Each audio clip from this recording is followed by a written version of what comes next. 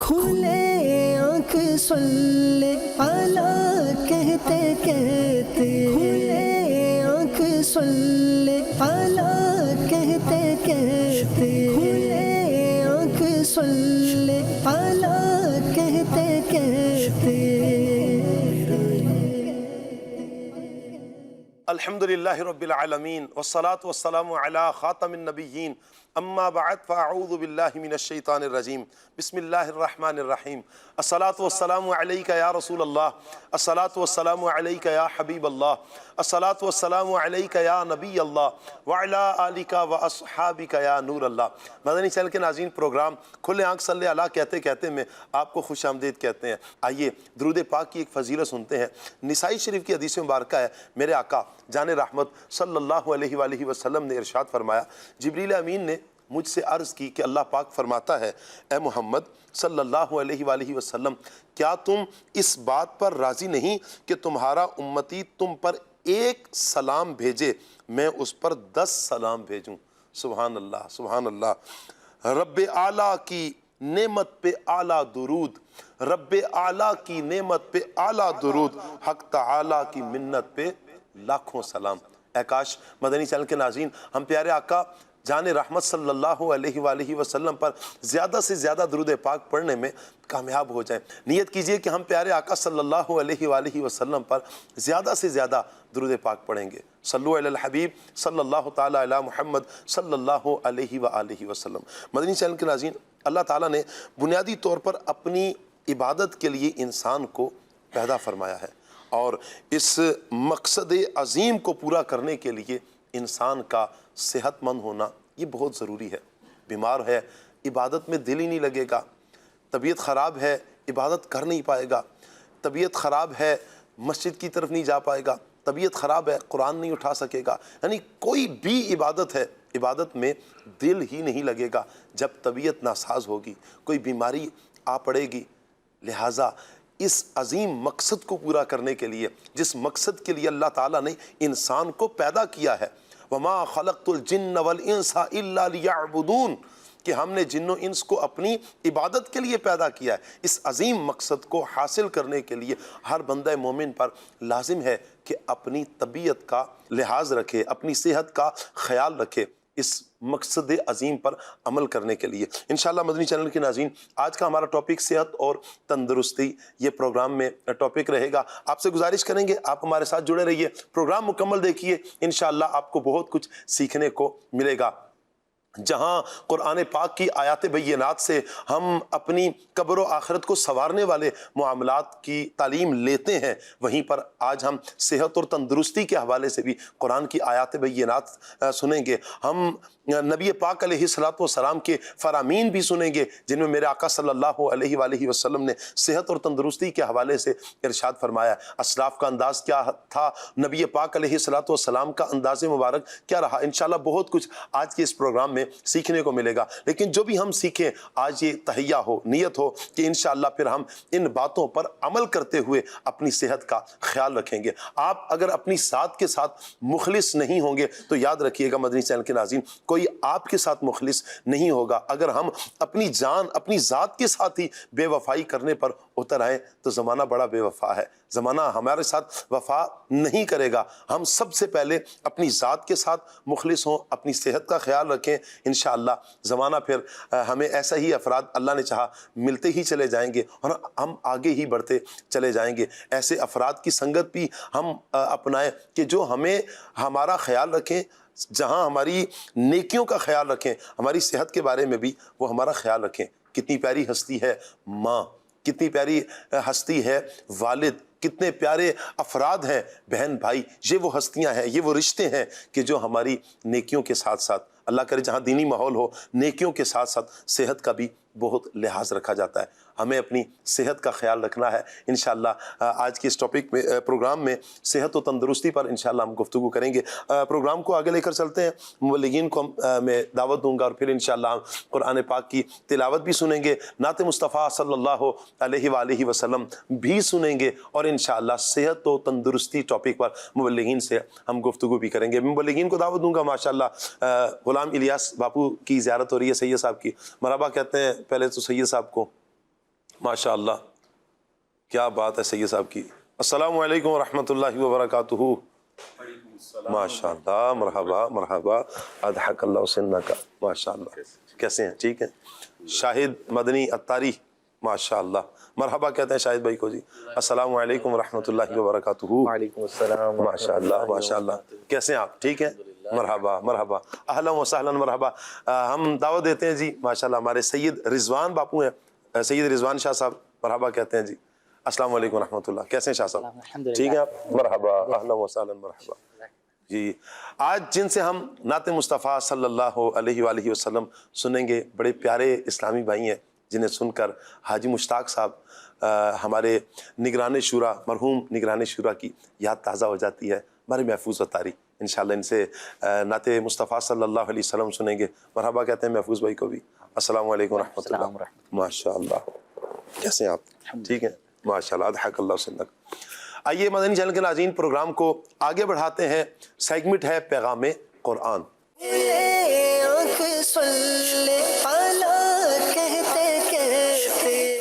اعوذ باللہ من الشیطان الرجیم. میں اللہ تعالیٰ کی پناہ میں آتا ہوں شیطان مردود سے. بسم اللہ الرحمن الرحیم. اللہ کے نام سے شروع جو نہایت مہربان رحم والا. ربنا وابعث فیہم رسولا منہم یتلو علیہم آیاتک ویعلمہم الکتاب والحکمت ویزکیہم انک انت العزیز الحکیم. اے رب ہمارے، اور بھیج ان میں ایک رسول انہی میں سے کہ ان پر تیری آیتیں تلاوت فرمائے اور انہیں تیری کتاب اور پختہ علم سکھائے اور انہیں خوب ستھرا فرما دے. بے شک تو ہی غالب حکمت والا. ومن يرغب عن ملة إبراهيم إلا من سفه نفسه ولقد اصطفيناه في الدنيا وَإِنَّهُ فِي الْآخِرَةِ لَمِنَ الصَّالِحِينَ. اور ابراہیم کے دین سے کون منہ پھیرے سوا اس کے جو دل کا احمق ہے، اور بے شک ضرور ہم نے دنیا میں اسے چن لیا، اور بے شک وہ آخرت میں ہمارے خاص قرب کی قابلیت والوں میں ہے. اذ قال له ربه اسلم قال اسلمت لرب العالمين. ووصى بها إبراهيم بنيه ويعقوب يا بني إن الله اصطفى لكم الدين فلا تموتن إلا وأنتم مسلمون. جبکہ اس سے اس کے رب نے فرمایا گردن رکھ. عرض کی میں نے گردن رکھی اس کے لیے جو رب ہے سارے جہان کا، اور اسی دین کی وصیت کی ابراہیم نے اپنے بیٹوں کو اور یعقوب نے کہ اے میرے بیٹو، بے شک اللہ نے یہ دین تمہارے لیے چن لیا تو نہ مرنا مگر مسلمان.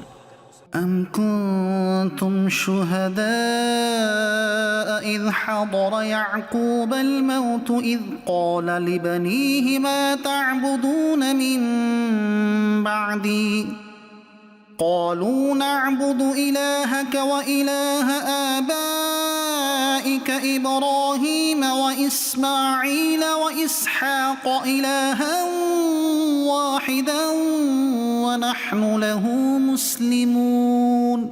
بلکہ تم میں کے خود موجود تھے جب یعقوب کو موت آئی، جبکہ اس نے اپنے بیٹوں سے فرمایا میرے بعد کس کی پوجا کرو گے؟ بولے ہم پوجیں گے اسے جو خدا ہے آپ کا اور آپ کے والدوں ابراہیم و اسماعیل و اسحاق کا، ایک خدا، اور ہم اس کے حضور گردن رکھے ہیں. تلک امت قد خلت لها ما کسبت ولکم ما کسبتم ولا تسألون عما كانوا يعملون. یہ ایک امت ہے کہ گزر چکی، ان کے لیے ہے جو انہوں نے کمایا اور تمہارے لیے ہے جو تم کماؤ، اور ان کے کاموں کی تم سے پرسش نہ ہوگی۔ وقالوا كونوا هودا أو نصارى تهتدوا قل بل ملة إبراهيم حنيفا وما كان من المشركين۔ اور کتابی بولے یہودی یا نصرانی ہو جاؤ، راہ پاؤ گے۔ تم فرماؤ بلکہ ہم تو ابراہیم کا دین لیتے ہیں جو ہر باطل سے جدا تھے اور مشرکوں سے نہ تھے۔ قولوا آمنا بالله وما أنزل إلينا وما أنزل إلى إبراهيم وإسماعيل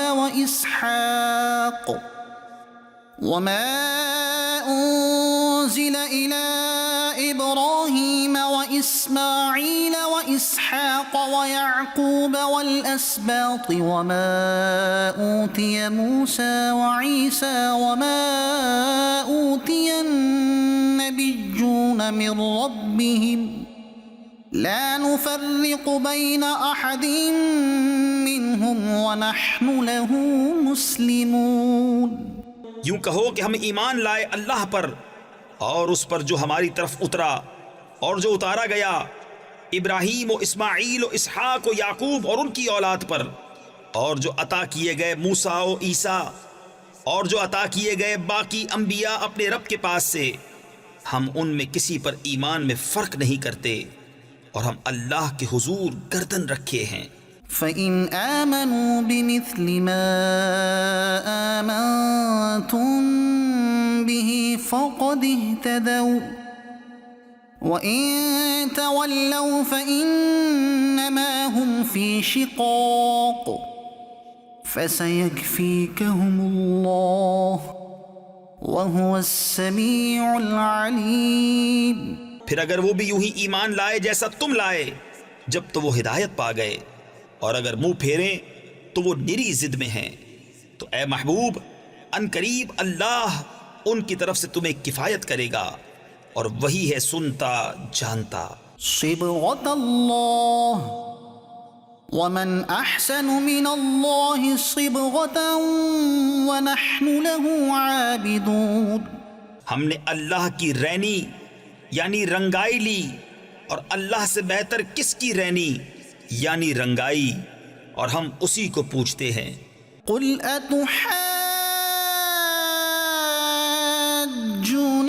في الله وهو ربنا وربكم ولنا أعمالنا ولكم أعمالكم ونحن له مخلصون۔ تم فرماؤ کیا اللہ کے بارے میں ہم سے جھگڑتے ہو، حالانکہ وہ ہمارا بھی مالک اور تمہارا بھی، اور ہماری کرنی ہمارے ساتھ اور تمہاری کرنی تمہارے ساتھ، اور ہم نرے اسی کے ہیں۔ أم تقولون إن إبراهيم وإسماعيل وإسحاق ويعقوب والأسباط كانوا هودا أو نصارى قل أأنتم أعلم أم الله ومن أظلم ممن كتم شهادة عنده من الله وما الله بغافل عما تعملون۔ بلکہ تم یوں کہتے ہو کہ ابراہیم و اسماعیل و اسحاق و یعقوب اور ان کے بیٹے یہودی یا نصرانی تھے۔ تم فرماؤ کیا تمہیں علم زیادہ ہے یا اللہ کو؟ اور اس سے بڑھ کر ظالم کون جس کے پاس اللہ کی طرف کی گواہی ہو اور وہ اسے چھپائے، اور خدا تمہارے کوتکوں یعنی برے اعمال سے بے خبر نہیں۔ تلك أمة قد خلت لها ما كسبت ولكم ما كسبتم ولا تسألون عما كانوا يعملون۔ وہ ایک گروہ ہے کہ گزر گیا، ان کے لیے ان کی کمائی اور تمہارے لیے تمہاری کمائی، اور ان کے کاموں کی تم سے پرسش نہ ہوگی۔ صدق اللہ العظیم۔ اللہ پاک نور قرآن سے ہم سب کے سینوں کو منور فرمائے، اور قرآن و سنت کے مطابق اللہ پاک ہمیں اپنی زندگی بسر کرنے کی توفیق عطا فرمائے۔ قرآن ہماری ہر اعتبار سے رہنمائی کرتا ہے۔ اللہ کرے کہ قرآن پاک کی اس رہنمائی کو ہم لے لیں، نافذ کریں اپنے اوپر، انشاءاللہ ہم دنیا میں بھی سرخرو ہو جائیں گے، سکھی زندگی گزاریں گے، چین اور آرام کی زندگی گزاریں گے انشاءاللہ۔ قبر و حشر میں بھی اللہ پاک ہمیں کامیاب فرمائے گا۔ محفوظ بھائی کی طرف بڑھتے ہیں اور کلام سنتے ہیں۔ جی محفوظ بھائی۔ صلی اللہ علیہ یا رسول اللہ وسلم علیہ یا حبیب اللہ۔ تیرے قدموں میں جو ہے غیر کم کیا دیکھیں، کون نظروں پہ چڑھے دیکھ کے تلوا تیرا، تو جو چاہے تو ابھی میل میرے دل کے دھلے، یہ خدا دل نہیں کرتا کبھی میلا تیرا۔ صلی اللہ علیہ یا رسول اللہ وسلم علیہ یا حبیب اللہ۔ زہیرتو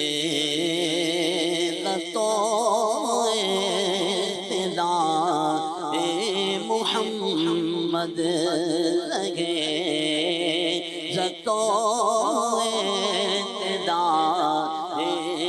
محمد صلی اللہ علیہ وسلم، صلی اللہ علیہ وسلم۔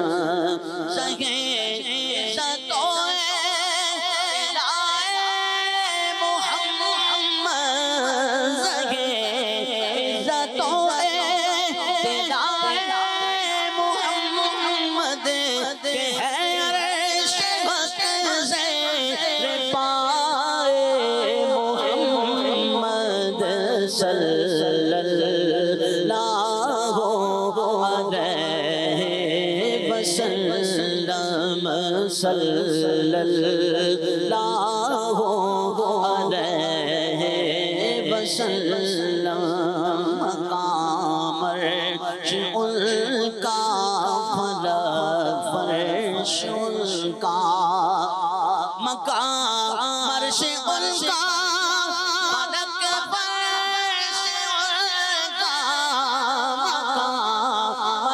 ان کا، فلک فرش ان کا، ملک خادمانے، ملک خادمانے سرائے محمد صلی اللہ علیہ وسلم، صلی اللہ علیہ وسلم۔ خدا کی رضا چاہتے ہیں دو عالم، خدا کی رضا چاہتے ہیں دو عالم، خدا کی رضا چاہتے ہیں دو عالم، خدا چاہتا ہے، خدا چاہتا ہے رضائے محمد صلی اللہ علیہ وسلم، صلی اللہ علیہ وسلم۔ میں نظر اجاری ہو میری زبان پر ہمیں نظر جاری ہو میری زباں پر تمہیں نظر جاری ہو میری زباں پر تمہیں نظر جاری ہو میری زباں پر محمد محمد خدائے محمد صلی اللہ علیہ وسلم صلی اللہ علیہ وسلم سائے کریم سہائے غضب تھا سائے کریم سہائے غضب تھا سائے کریم سہائے غضب تھا سائے کریم سہائے غضب تھا گروہ کا سہارا گروہ کا سہارا سائے محمد صلی اللہ علیہ وسلم صلی اللہ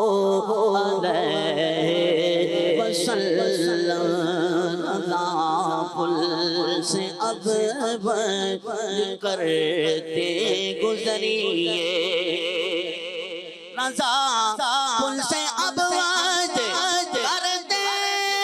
گزریے رضا پل سے اب کرتے گزریے کہ ہے رب صلی کہ ہے رب صلی صدائے محمد صلی اللہ علیہ وسلم صلی اللہ علیہ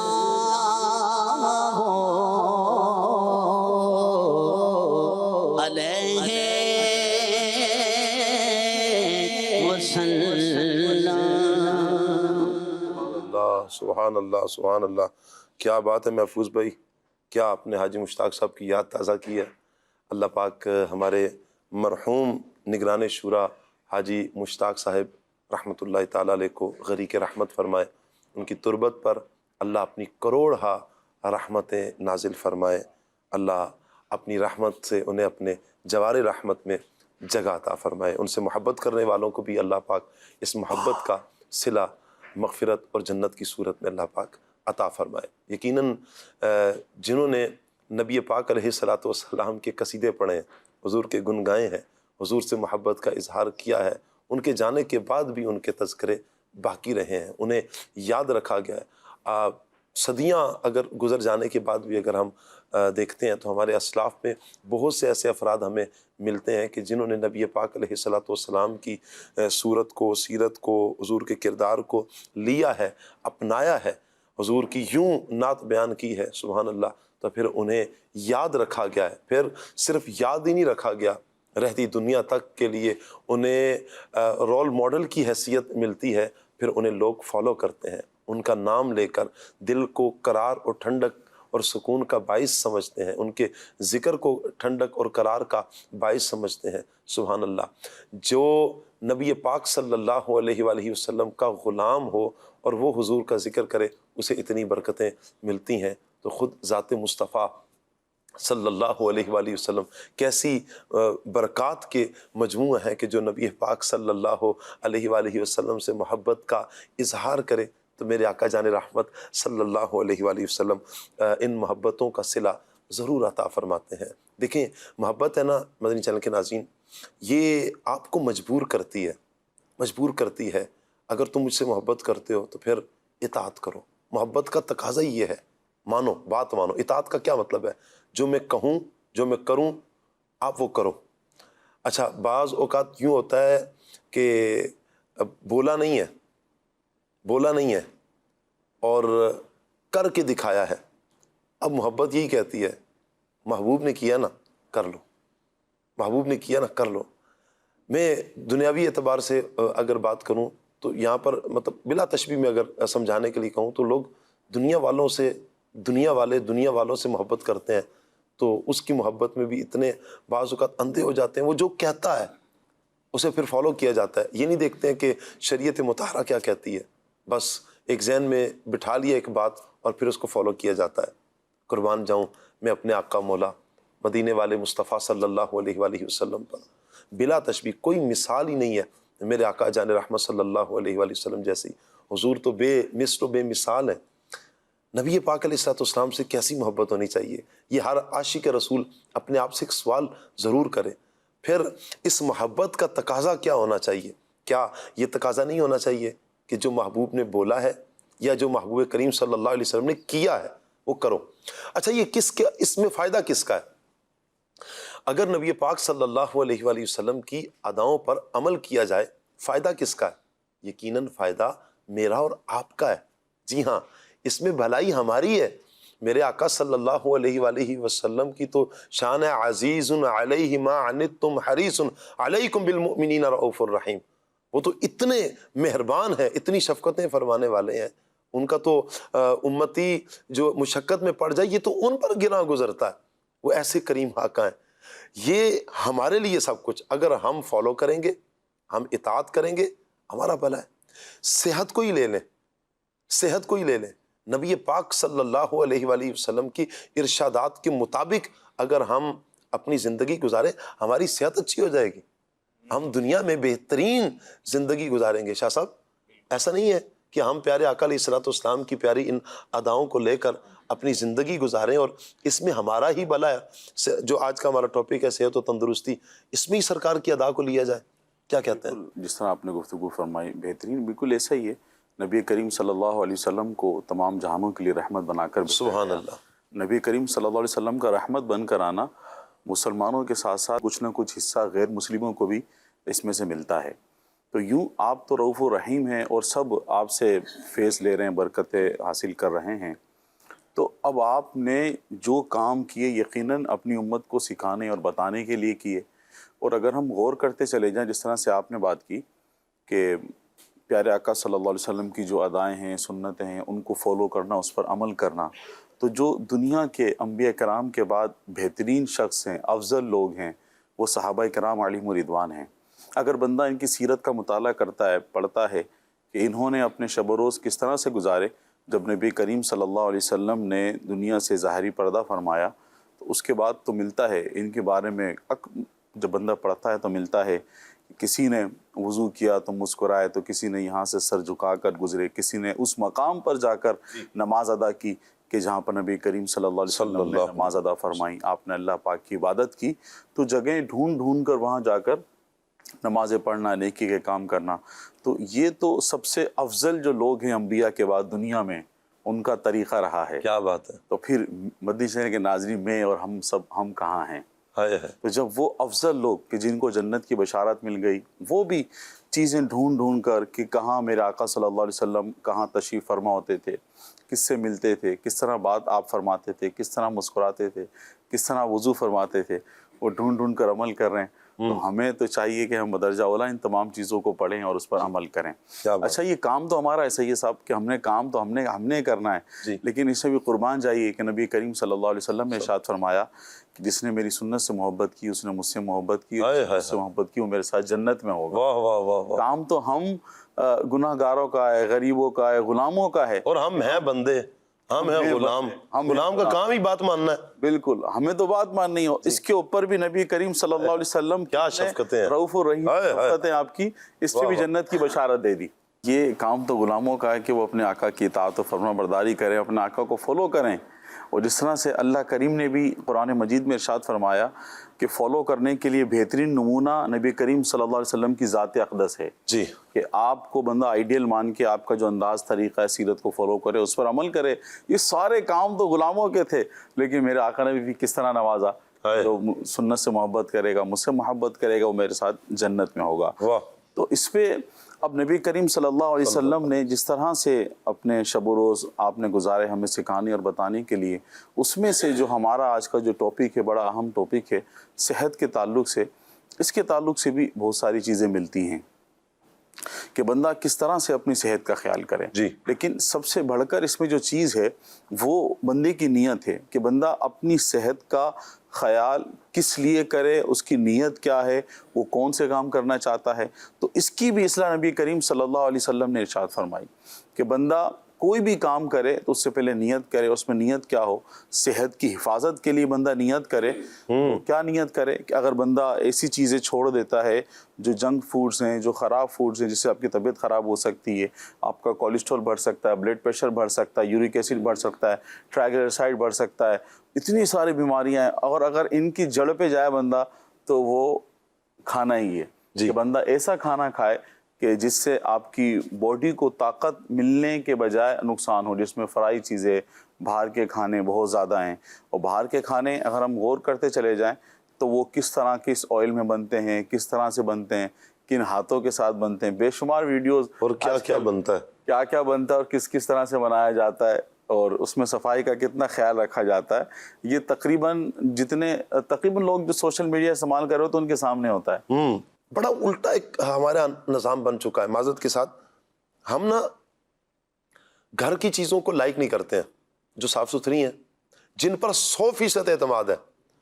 والدہ نے ہمارے سامنے آٹا گوندا ہے، اپنے ہاتھوں کو اچھے طریقے سے دھویا ماں نے، ٹھیک ہے، صاف برتن لیا ہے، دھلا ہوا، سبزیوں کو دھویا ہے، اچھا، اور پھر صاف برتن میں یہ سارا کچھ رکھا ہے، پکایا ہے، صاف برتن میں آپ کے سامنے رکھا ہے. ہمیں کیا باہر بازاروں میں بھی ایسا ملتا ہے کہ یہ صاف برتن ہوں گے جس میں ہم کھانے، صرف ایک برتن کو ہی لے لیں، وہ کس پانی میں دھل کر ہمارے سامنے آئے؟ اکثر ایسے نظارے کیے ہوں گے. اچھا، بہت سارے ریسٹورنٹس ایسے ہیں جو اس چیز کا صفائی ستھرائی کا خیال رکھتے ہیں. ہمارے پاس ادارے ہیں باقاعدہ اس کو جج کرتے ہیں. بہت اچھی بات ہے، بہت اچھی بات ہے. اور ہم یہ نہیں کہتے کہ ناپید ہو چکے ہیں ایسے لوگ، ایسا نہیں ہے، ہیں، لیکن ان کی تعداد کتنی ہے اور جو اس کا خیال نہیں رکھتے ان کی تعداد کتنی ہے، یہ آپ کے سامنے ہے. ہم اپنے ساتھ مخلص ہوں، اپنی صحت کا خیال رکھیں. جب ہم اپنی صحت کا خیال رکھیں گے تو آپ کا کوئی خیال دوسرا رکھے گا. جب آپ ہی فکر نہیں کریں گے، آپ دوا ٹائم پر نہ لیں، کسی کو کیا فکر ہوگی؟ آپ اپنی فکر نہیں کر رہے ہیں نا. آپ کا بہت قریبی بھی ہے نا، بہت قریبی ہے، جس پر آپ کو بڑا مان ہے، وہ بھی ایک وقت آئے گا کہ جب دیکھے گا کہ آپ خود سے ہی لاپرواہ ہیں، چھوڑ دے گا، آپ کو پیچھے ہٹ جائے گا. ٹھیک ہے، اس لاپرواہی میں اب ہم آپ کے ساتھ مزید نہیں چل سکتے. آپ لاپرواہی کا شکار رہے. کتنا سمجھائے گا کوئی آپ کو؟ 1 دفعہ، 2 دفعہ، بہت پیار کرتا ہوگا 10 مرتبہ، 20 مرتبہ، 50 مرتبہ کر رہے. ایک وقت آئے گا اس کی ہمت ٹوٹ جائے گی، ختم ہو جائے گی. کتنا سمجھائے گا؟ اپنے آپ کو سمجھائیں، اپنے آپ سے بات کریں مینس اپنے ضمیر کے ساتھ بات کریں کہ میرے لیے کیا فائدہ مند ہے، کیا نقصان دہ ہے. بڑی یہ جو ہم آج جو یہ سیشن کر رہے ہیں، جو پروگرام کر رہے ہیں، یقین کریں مدنی چینل کے ناظرین، اگر ہم اس پر عمل کریں تو آپ یقین کریں کہ ہماری جوانیاں سلامت رہیں گی.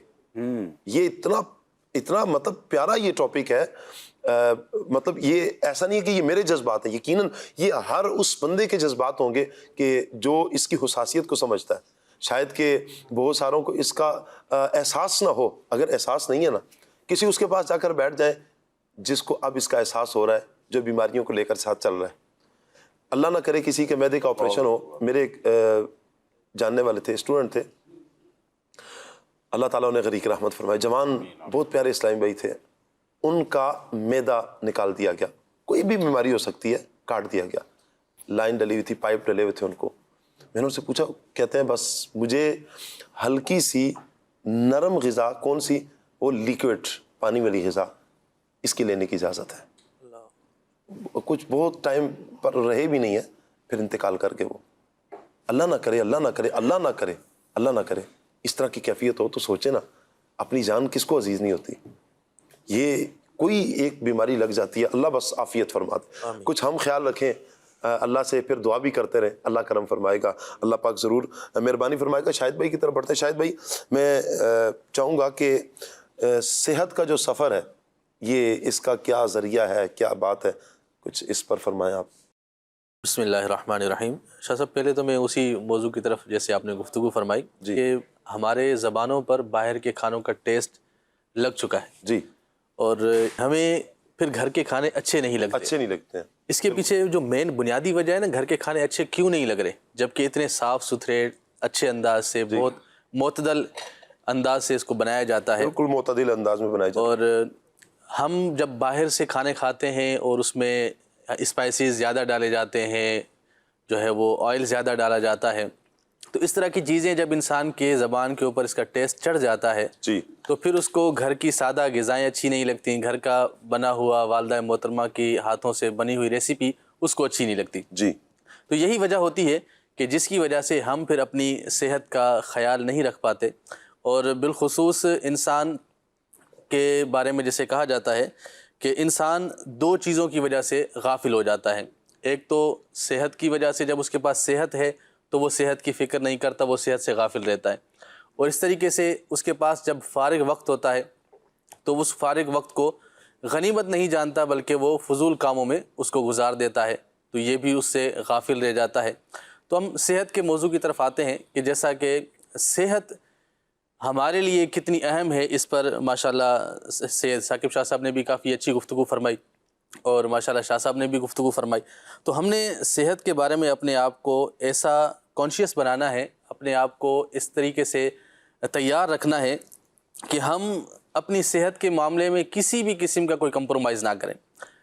عمومی طور پر جیسے ہم باہر کے کھانے کھاتے ہیں تو ہمارے زبان پر جب ٹیسٹ آ جاتا ہے تو اب ہمیں بالجبر اس ٹیسٹ کو ختم کرنا پڑے گا, ہمیں گھر کے کھانوں کو فوقیت دینی پڑے گی اور اپنے آپ کو سمجھائیں جو خامیاں خرابیاں جو کوتاہیاں باہر کے کھانوں میں نظر آتی ہیں سنی جاتی ہیں, ہمیں اس کو صحیح طریقے سے سمجھ کر اس کو چھوڑ دینا چاہیے اور ہمیں گھر کے کھانوں کی طرف توجہ کرنا چاہیے. بھائی یہ جو آپ بات فرما رہے ہیں نا, اللہ کرے کہ یہ سمجھ میں آ جائے. یہ آج سمجھ میں نہ آئی نا, وقت آپ کو سمجھا دے گا. وقت بہت بڑا استاد ہے, بہت بڑا معلم ہے. وقت آپ کو سمجھاتا ہے. پھر جی بالکل, اس وقت سے پہلے آج قدر کر لیں. جب وقت سمجھاتا ہے نا, پھر وقت کی شکنجے میں جکڑا ہوتا ہے بندہ. پھر ہر چیز ہونے کے باوجود بندہ میٹھے کے قریب نہیں جاتا. اسے پتا ہے آج پیوں گا, اللہ نہ کرے اس سے پوچھے نا کہ جسے اللہ عافیت فرمائے, جس سے شوگر ہوئی اور اس کے پاؤں پہ زخم ہوا اور پھر پاؤں کٹا, وہ کس طرح میٹھے کے قریب جائے گا؟ اسے پتا ہے کہ اب میں نے لیا تو دوسرا پاؤں کٹ جائے گا معاذ اللہ. کوئی کہیں اور زخم ہوتا ہے, بازو کٹتا ہے, پوری ٹانگ کٹ جاتی ہے, کتنا نقصان ہوتا ہے. اللہ کرے شاید بھائی یہ ذہن بنے. یہ ذہن کیسے بنے گا شاید بھائی, کیسے ذہن بنائے یار؟ دیکھیں اس کا ذہن بنانا پڑے گا کیونکہ بہت ساری چیزیں ایسی ہیں کہ ایک تو اس کے پازیٹیو پہلو بیان کیے جاتے ہیں اور ایک چیز ہے جس کے نیگیٹو پہلو بیان کیے جاتے ہیں. ہم نیگیٹو پہلو پر بھی اس کو پیش نظر رکھیں کہ یار اگر ہم یہ کام کریں گے تو ہمیں اس طرح کے نقصانات ہمیں مل سکتے ہیں, اور اگر پازیٹیو پہلو کی طرف جائیں گے کہ یار اگر ہم یہ چیزیں چھوڑ دیتے ہیں تو ہمیں اس سے کون کون سے فائدے حاصل ہوں گے. جیسے مثال کے طور پر آئلی چیزیں ہیں, بہت زیادہ جہاں آئل استعمال ہوتا ہے ہم اس کو ترک کر دیں گے تو ہمارا جو بیڈ کولیسٹرول ہے بڑھنا شروع ہو جاتا ہے, وہ ختم ہو جائے گا. اس کی وجہ سے جو شوگر کے پیشنٹ ہیں ان کا شوگر بہتر ہو جائے گا, بلڈ پریشر کی جو بیماریاں ہیں وہ ختم ہو جائیں گی. اس طریقے سے یورک ایسڈ کا ایشو بھی رہتا ہے. اب کھانے کے اندر جب اعتدال نہیں ہوگا, باہر جاتے ہیں تو بعض اوقات آئل زیادہ ہوتا ہے, نمک زیادہ ہوتا ہے. اب نمک کا زیادہ استعمال کرنا یہ یورک ایسڈ کی بیماری کو دعوت دینے کے مترادف ہے. شاید بھائی فلاں تو کھاتا ہے, اتنا کھاتا ہے, وہ جناب میرے ساتھ ہوتا ہے, دوست ہے میرا, اور اس کو تو دیکھیں بھائی میں تو حیران رہ جاتا ہوں, فلاں اتنا کھاتا ہے میں کچھ بھی نہ کھاؤں. بھائی ایک دعوت میں 2-4 دوست گئے ہیں, آپ جو فرما رہے ہیں بھائی اتنا پیسہ اس کا لگا ہے اور میں کچھ بھی نہ کھاؤں, کیا کروں؟ دیکھیں بالکل آپ بجا فرما رہے ہیں, اس طرح کے اعتراضات ملتے ہیں. ہم نے یہ بھی ایک مقولہ سنا ہے کہ پہلے دور کے جو لوگ ہوتے تھے صبح جو ہے نا وہ بہترین اور ہیوی قسم کا ناشتہ کر کے نکلتے تھے, اور اچھا ناشتہ کر کے نکلتے تھے. تو ان کی جو ایکٹیویٹیز تھی نا وہ ہم سے 100 گنا زیادہ بہتر ہوتی تھی. وہ سارا دن ایکٹیویٹیز میں شامل ہوتے تھے اور بہت سارے ایسے کام کرتے تھے کہ ان کا جسم جو ہے وہ اس چیز کو برداشت کر لیتا تھا, اور ان کی ایکٹیویٹیز کی وجہ سے وہ صحت مند رہتے تھے. یعنی صرف وہ کھانے کی وجہ سے صحت مند نہیں تھے بلکہ وہ کھانے کے بعد جو ان کی ایکٹیویٹیز تھیں بہترین, ان کا چلنا پھرنا, ان کا کام کاج کرنا, ہارڈ ورکنگ جو تھی وہ, جس کی وجہ سے ان کا سارا کھانا ہضم ہو جاتا تھا اور وہ اعتدال میں آ جاتے تھے. آج ہم اپنے کھانوں کی طرف دیکھیں, کھانا ہیوی ہے, بہت اچھا کھانا کھانا ہے, آئلی کھانا ہے, اسپائسیز کے ساتھ کھانا ہے, لیکن ہم نے ایکٹیویٹی بھی نہیں کرنی, کھا کے وہیں بیٹھ جانا ہے, کھا کے سو جانا ہے, وہیں موبائل چلانا شروع کر دیں گے. وہ صبح کرتے تھے جی, اور پھر چلتے پھرتے تھے. ہم رات کو کھاتے ہیں جی, اور سو جاتے ہیں. کسی نے بڑی پیاری بات کی ہے, کہیں دعوت میں جائے نا تو جب بہت سارے کھانے سامنے آئے تو ایک بات ذہن میں رکھ لیں, گھر پر آیا ہے پیٹ اپنا ہے, میں تو آپ کا اپنا ہے.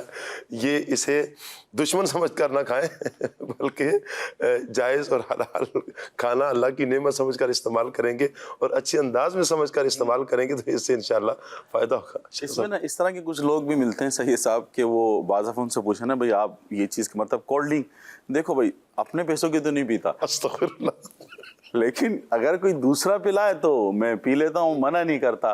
یعنی بھائی تما نہیں, منع نہیں, جمع نہیں. اس طرح آپ نے بات کی کہ وہ شادی میں جا رہے ہیں, دعوت میں جا رہے ہیں, تو پھر وہاں بندہ جو نا بعض دفعہ کچھ لوگوں کو دیکھا ہے کہ وہ لحاظ نہیں رکھتے. جی, بس وہ مال مفت دل بے رحم والی بات ہوتی ہے, ایسے ہی. اور وہ اس وقت وہ کھانا ضائع بھی کر رہے ہوتے ہیں. جی, اور مطلب کھاتے بھی ایسا ہے کہ وہ اندر جا کے بھی اس نے ضائع ہی ہونا, جتنا باڈی کو چاہیے وہ اتنا تو وہ لے لے جتنی اس کو انرجی چاہیے. اس کے علاوہ جو ہوتا ہے پھر وہ ہماری باڈی میں جا کر ہمارے لیے نقصان دہ ثابت ہوتا ہے, وہ ہمارا کولیسٹرول بڑھا دیتا ہے, دیگر جو چیزیں ہیں اس سے وہ ہو جاتی ہیں. تو پھر یہ اس طرح سے ہوتا ہے کہ وہ جو اس طرح سے چیزیں خراب ہوتی ہیں, مطلب کوئی بھی چیز جو آپ کی باڈی کو نقصان جس سے پہنچنا ہوتا ہے, بندہ بولتا ہے نہیں میں اپنے پیسوں کے نہیں لیتا, لیکن اگر دوست دیتے ہیں, کوئی پلاتا ہے تو پھر میں لے لیتا ہوں, کھا لیتا ہوں. جی, اس طرح کے بھی لوگ دنیا میں پائے جاتے ہیں. بالکل. آپ شاہ صاحب یہاں تک کی بات کر رہے ہیں کہ پیسوں کے ساتھ کوئی لے کر دیتا ہے تو چلیے دوست پلا دیتا ہے.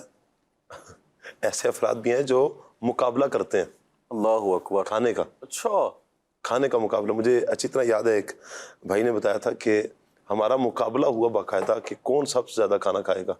اب یہ اسلام کا یہ اسلام کی تربیت نہیں ہے. اسلام کی تربیت کیا ہے؟ رب فرماتا ہے وَكُلُوا وَاشْرَبُوا وَلَا تُسْرِفُوا.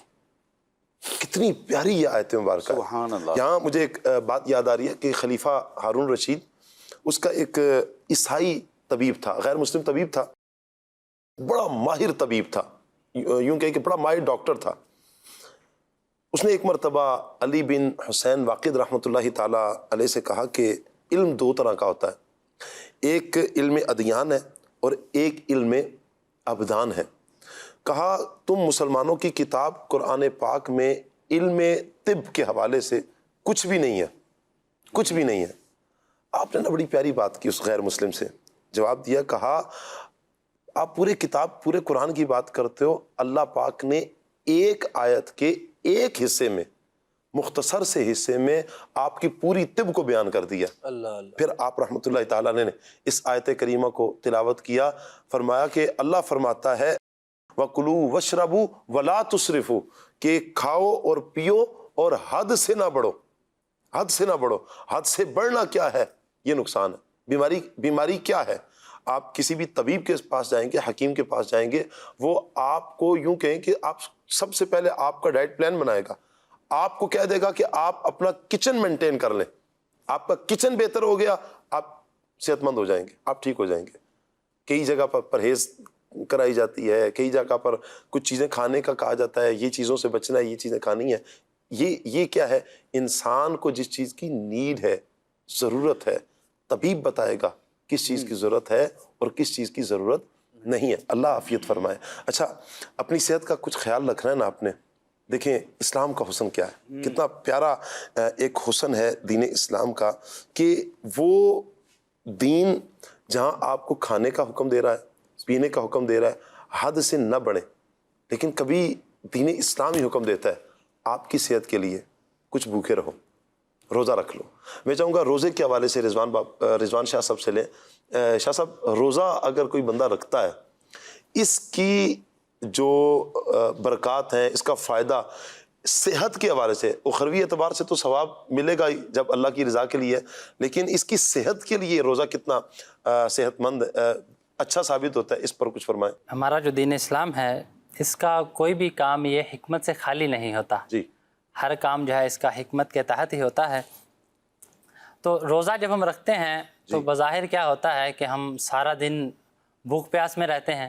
جی بھوک پیاس میں رہتے ہیں تو اس میں کیا ہوتا ہے کہ اپنے نفس پر تھوڑا جبر کرتے ہیں, تھوڑا مشکل بھی ہوتا ہے روزہ رکھنا. لیکن یہ آپ کا اپنے نفس پر جبر کرنا, نہ کھانا پینا, اس کھانے پینے سے رک جانا, یہ آپ کی صحت کے لیے کس قدر اچھا ہے, اس کو حدیث پاک سے سمجھتے ہیں. اچھا, نبی پاک صلی اللہ علیہ وآلہ وسلم نے ارشاد فرمایا, طبیبوں کے طبیب میرے آقا جان رحمت صلی اللہ علیہ وآلہ وسلم, اللہ کے آخری نبی صلی اللہ علیہ وآلہ وسلم نے ارشاد فرمایا, صومو تصحو, واہ روزہ رکھو صحت یاب ہو جاؤ. کیا بات ہے, اس سبحان حدیث پاک کی شرح میں فتح القدیر میں علامہ عبدالرؤف مناوی رحمۃ اللہ تعالی علیہ یہ نقل کرتے ہیں کہ روزہ جو ہے یہ روح کی غذا ہے. کیا بات ہے, فرماتے ہیں روزہ روح کی غذا ہے, جس طرح کھانا یہ جسم کی غذا ہے, اس طرح روزہ جو ہے یہ روح کی غذا ہے. جی کہ بندہ جب روزہ رکھتا ہے تو بندے کو صحت بھی دی جاتی ہے, جی تندرستی بھی ملتی ہے, اور اس کو وافر مقدار میں رزق بھی دیا جاتا ہے. کیا بات ہے, یہ کیا ہے؟ آپ فرماتے ہیں کہ روزہ رکھنے سے انسان کو یہ دنیاوی فوائد ملتے ہیں, واہ کہ صحت بھی ملتی ہے, تندرستی بھی ملتی ہے, اور اللہ پاک وافر مقدار میں اس کو رزق بھی عطا فرماتا ہے. اور آپ فرماتے ہیں کہ آخرت میں اس روزہ دار کو بہت بڑا ثواب بھی دیا جائے گا. سبحان اللہ, تو نبی پاک صلی اللہ علیہ وآلہ وسلم کی واہ کلام پر ہم قربان جائیے. آپ نے کیا کلام فرمایا کہ جس میں اخروی فوائد بھی موجود ہیں اور دنیاوی فوائد بھی موجود ہیں, کہ بندے کو آخرت میں تو فائدہ ملے گا ہی ملے گا, اللہ پاک کی طرف سے اجر و ثواب تو ملے گا, لیکن دنیا میں بھی اس کو اس کے فوائد ملیں گے. اسی طرح اطباء حضرات, ڈاکٹرز جو ہوتے ہیں, طبیب جو ہوتے ہیں, انہوں نے بھی روزہ رکھنے کے کچھ فوائد جو ہے وہ بیان کیے ہیں. ان میں سے چند جو ہے وہ میں آپ کو عرض کرتا ہوں. روزہ رکھنے سے معدے کی تکالیف میں جو ہے یہ فائدہ ہوتا ہے. فائدہ ہوتا ہے, زیادہ ہوتی ہے تکالیف؟ جی نہیں, فائدہ یوں نہیں ہوتا. فائدہ یوں ہوتا ہے کہ تکالیف کم ہو جاتی ہے, اور بہت سارے لوگوں کی بالکل ختم بھی ہو جاتی ہیں. ٹھیک ہو گیا. اسی طرح روزہ رکھنے سے انسان کا نظام ہضم جو ہے, جی نظام ہضم یعنی ڈائجسٹو سسٹم جو ہے یہ بھی اچھا ہو جاتا ہے, بہتر ہوتا ہے. کیا بہتر ہو جاتا ہے. اسی طرح روزہ رکھنے سے جو کولیسٹرول کے مریض ہیں ان کو بھی فائدہ ہوتا ہے. روزہ رکھنے سے شوگر لیول بھی کنٹرول ہو جاتا ہے. روزہ رکھنے سے بلڈ پریشر کے جو پیشنٹ ہوتے ہیں ان کو بھی فائدے حاصل ہوتے ہیں, کہ بلڈ پریشر بھی کنٹرول کرنے میں کافی مدد ملتی ہے. صحیح. اسی طرح اگر کوئی انسان ڈپریشن کا شکار ہے, جی ذہنی تناؤ کا شکار ہے, تو روزہ رکھنے سے اس چیز میں بھی کمی واقع ہوتی ہے. کیا بات ہے. ڈاکٹرز کہتے ہیں کہ جو اس طرح کی بیماریوں میں مبتلا ہو تو وہ روزہ رکھے تو انشاءاللہ اس کو اس چیز کے فوائد ملیں گے, کہ بیماریوں سے بھی حفاظت ہوگی. اور اللہ کی رضا کے لیے روزہ رکھنا ہے تو اللہ کی رضا کے لیے روزہ رکھیں گے تو دنیا میں بھی فائدہ تو ملے گا ہی ملے گا, اور انشاءاللہ آخرت میں بھی اس کا اجر و ثواب ملے گا. کیا بات ہے. اس کے چند ایک فوائد مزید میں بھی عرض کرتا ہوں. جسمانی کھچاؤ ہے, ذہنی تناؤ ہے, ڈپریشن ہے, نفسیاتی امراض ہیں, اس کا خاتمہ ہوتا ہے. موٹاپے میں کمی واقع ہوتی ہے. بے اولاد جو خواتین کے ہاں اولاد کے ہونے کے امکانات زیادہ ہو جاتے ہیں روزہ رکھنے سے, یہ اس کا فائدہ نصیب ہوتا ہے. روزہ دار کے جسم میں دوسروں کی نسبت قوت مدافعت زیادہ ہو جاتی ہے. برے خیالات سے بندہ بچ جاتا ہے, ذہن پاک صاف ہوتا ہے. سبحان اللہ. انسولین استعمال کرنے والے کے لیے اگر روزہ رکھے گا اس میں کمی واقع ہو جائے گی. جگر کے ارد گرد جو جمع شدہ چربی ہے جسے فیٹی لیور کہتے ہیں, اس میں کمی ہو جاتی ہے. کھال اور چھاتی کے جو کینسر کا خطرہ ہے اس میں کمی ہوتی ہے. اعصابی امراض جو ہیں اس میں بہتری آتی ہے. جسم میں جلن پیدا ہونے والے جو مرکبات ہیں یہ کم ہو جاتے ہیں.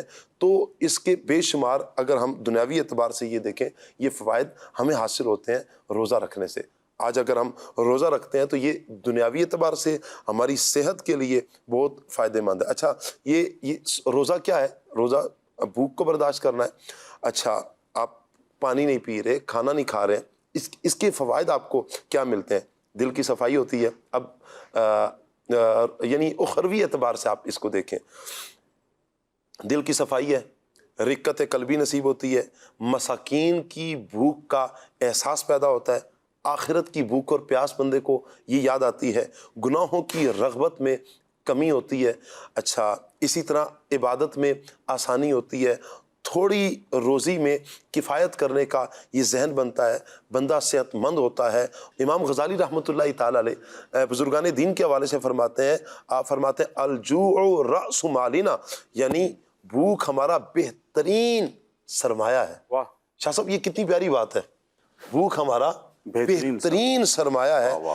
یعنی اس سے مراد یہ ہے کہ ہمیں جو وسعت، سلامتی، عبادت، حلاوت اور علم نافع حاصل ہوتا ہے، یہ اللہ تبارک و تعالیٰ کے لیے بھوک اور جو صبر ہم کرتے ہیں اس کی بدولت اللہ تبارک و تعالیٰ ہمیں عطا فرماتا ہے۔ تو شاہ صاحب یہ بھی اگر ہم بھوک برداشت کرتے ہیں، یہ بہت ساری چیزوں سے بندہ بچ جاتا ہے، اور روزہ رکھ کر بندہ بہت ساری چیزوں سے اپنے آپ کو بچا لیتا ہے۔ شاہ صاحب یہ کیوں نہیں ذہن بنتا ہمارا، اپنے حوالے سے کیوں نہیں ذہن بنتا؟ کیسے؟ اچھا یہ بہت ساری باتیں سن رہے ہیں، شاید ابھی ذہن بن جائے گا، ابھی ذہن بنے گا۔ بات وہی والی آپ والی ہے کہ جیسے ہی پھر بوتل سامنے آئے گی تو بندہ کہے گا اچھا میرے پیسے تو نہیں لگے نا۔ ذہن کیوں نہیں بنتا شاہ صاحب؟ اس میں نا سب سے پہلے ہم آج کل جو ایک ٹرینڈ چل رہا ہے، اگر ہم اس پہ غور کریں تو میں جو گفتگو کروں گا امید ہے اس سے کچھ وہ ذہن بن جائے کہ بعض دفعہ بندہ یہ سوچتا ہے کہ آج کل جو ٹرینڈ چل رہا ہے کہ بندے کو اپنی سیلف ڈیولپمنٹ کرنا چاہیے، جی، تو وہ سوچ رہا ہوتا ہے کہ میں کون سا کورس کروں، اپنے سکلز کو انہینس کروں، اور میں کون سی ایسا ڈائٹ لوں کہ میری جو باڈی شیپ اچھی ہو جائے، میرا حسن میں اضافہ ہو جائے۔ تو مدنی چینل کے ناظرین، اس چیز کے لیے سید صاحب نے جو سوال کیا ہے، اگر ہم غور کریں، سے آپ نے بات فرمائی کہ بہترین سرمایہ جو ہے وہ بھوک ہے، تو یہ روزہ یا بھوک یہ ایسی چیز ہے کہ جو آپ کی جو ایک انٹرنل ڈیولپمنٹ ہے، یعنی روحانی طور پر، جی، تو یہ اس کو بھی انہینس کر رہا ہے، مضبوط کر رہا ہے، اور ظاہری طور پر جو آپ کا باڈی شیپ ہے اس کو بھی یہ بہتر کر رہا ہے۔ واہ، یعنی بعض دفعہ ہم ایسی ڈائٹ پلان لیتے ہیں کہ خالی وہ اس کا پورا جو اس سے ہمیں فوائد حاصل ہوتے ہیں وہ باڈی ہماری شیپ میں آتی ہے اس کے لیے ہوتا ہے، ہم وہ کر رہے ہوتے ہیں، کبھی ابلی ہوئی سبزیاں کھا رہے ہیں، کبھی کچھ کر رہے ہیں، کبھی واک کر رہے ہیں، اور کچھ لوگ جو ہے وہ اپنے سکلز کو انہینس کرتے ہیں، مختلف کورسز کرتے ہیں۔ یہ دونوں الگ الگ مطلب کام ہیں، لیکن یہ روزہ رکھنے سے ہمیں یہ دونوں چیزیں حاصل ہو رہی ہوتی ہیں۔ جس طرح سے ابھی بتایا سید صاحب نے کہ جب بندہ روزہ رکھتا ہے، اب اس کے پاس، اس کے سامنے کھانا بھی ہے، اس کے سامنے ہر طرح کی چیزیں موجود ہیں، اشیاء موجود ہیں، اب وہ کھا نہیں رہا، وہ صبر کر رہا ہے، کیوں؟ اس نے اللہ تعالیٰ کے لیے روزہ رکھا ہے۔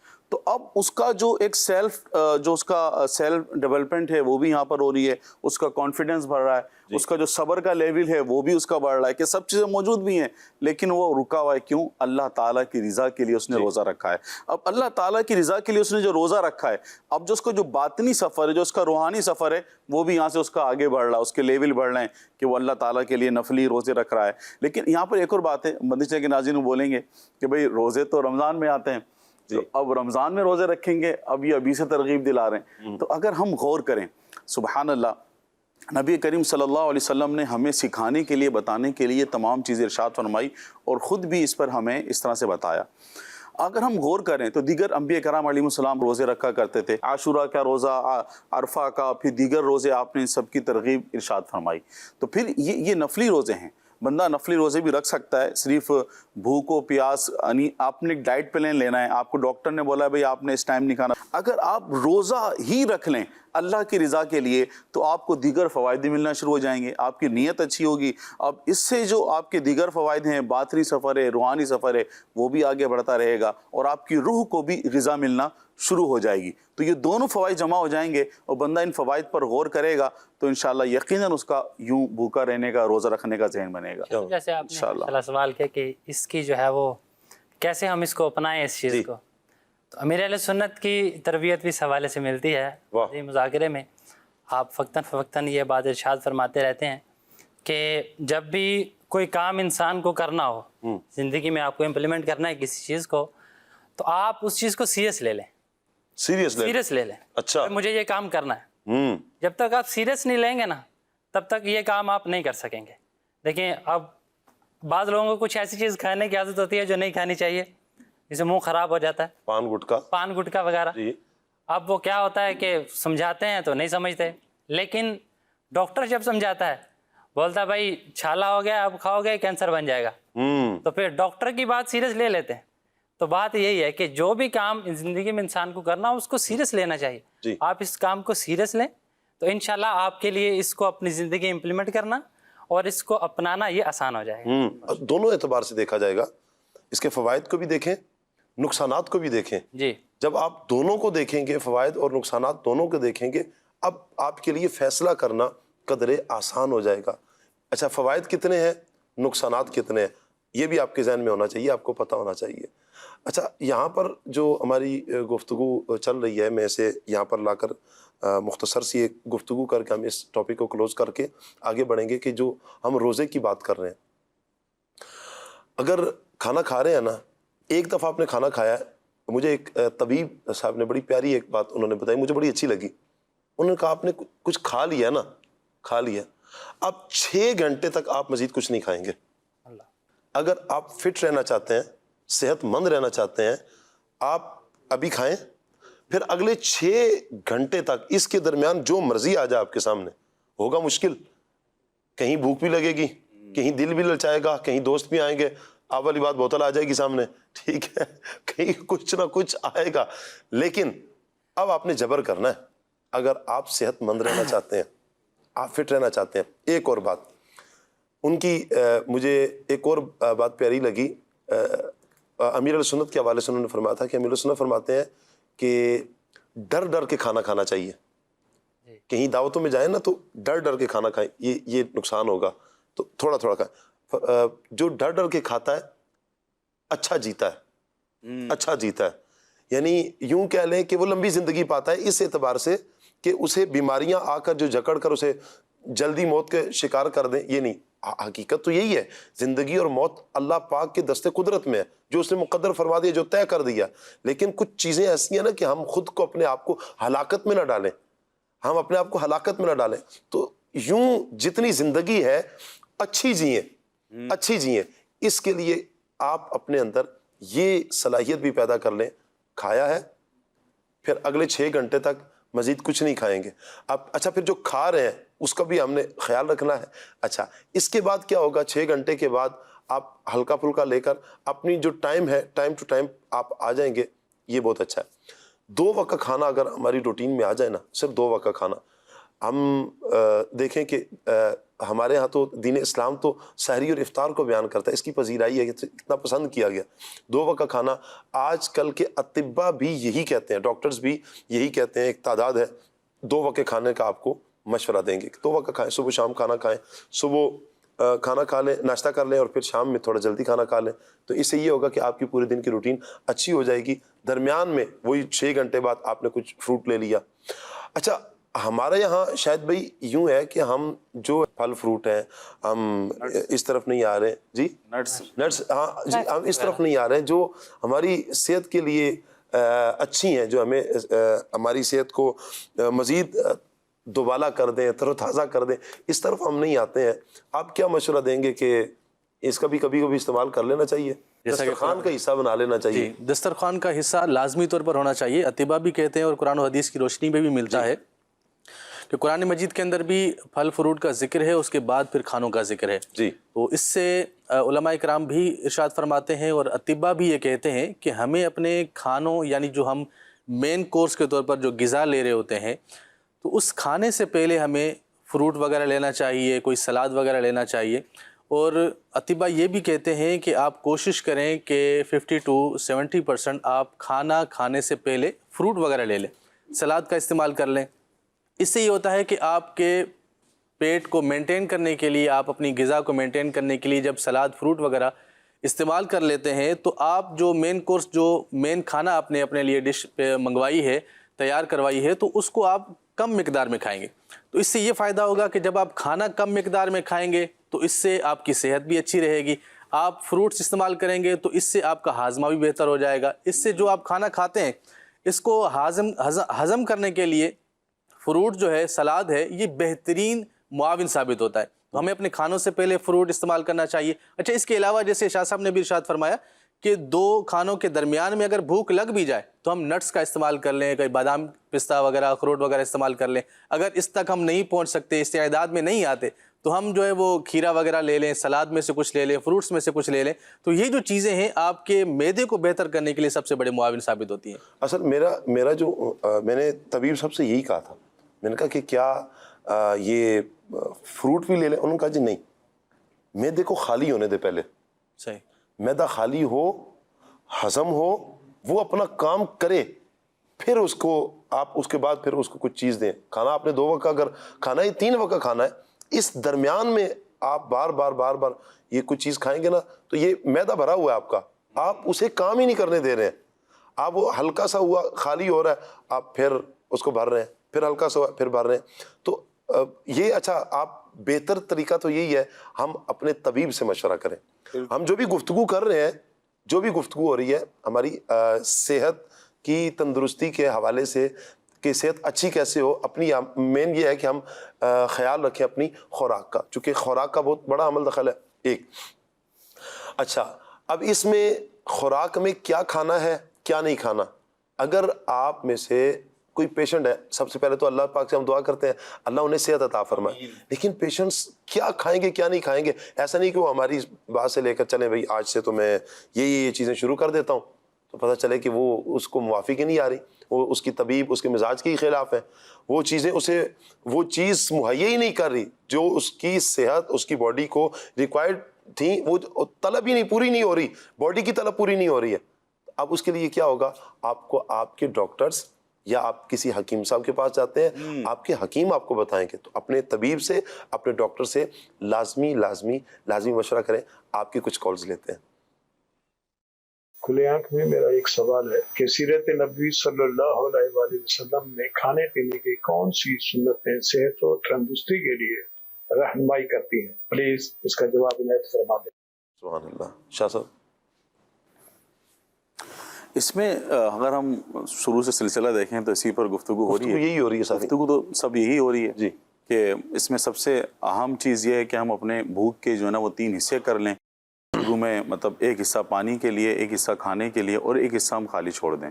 تو اس پر ہم عمل کریں گے تو انشاءاللہ ہمیں یہ فوائد بھی مل جائیں گے۔ اچھا، پھر حضور کی اداؤں کو لے لیں ساتھ ساتھ، بالکل، ہاتھ دھونے ہیں، ہاتھ دھونا ہے، بالکل، کھانے کا وضو کرنا کھانے ہے، کا اس کو وضو لے لیں۔ کرنا ہے۔ اچھا، پھر بیٹھنے کے انداز کو لے لیں، یہ اپنی صحت کے لیے کتنا اچھا ہے۔ یہ جی ہاں بالکل، بندہ جو سنت کے مطابق بیٹھ کر کھاتا ہے تو اس میں ایک میڈیکل فوائد اس کو یہ حاصل ہوتے ہیں کہ ایک وہ اپینڈکس کی جو وہ ہوتی ہے نا رگ، آنت جو ہوتی ہے اپینڈکس، وہ دب جاتی ہے، تو اس سے یہ جو ہے ایک درد یا جو بھی ہے اس سے بچاؤ کا کہیں نہ کہیں ہمیں یہ فائدہ مل رہا ہوتا ہے۔ تو یوں سنتوں پر عمل کرنے کے تو بے شمار فضائل و برکات ہیں۔ اچھا، پھر اس کھانے میں 3 انگلیوں کا استعمال کیا جائے، 3 انگلیوں سے کھانا کھایا جائے، یہ بڑے بڑے نوالے، چھوٹے چھوٹے لقمے کھانے چاہیے، اور بڑے بڑے لقمے تو یہ تو حریص لوگوں کی وہ ایک نشانی ہے، جیسے ہرس ہوتی، یوں کھاؤ بس، یہی چیز ہوتی ہے۔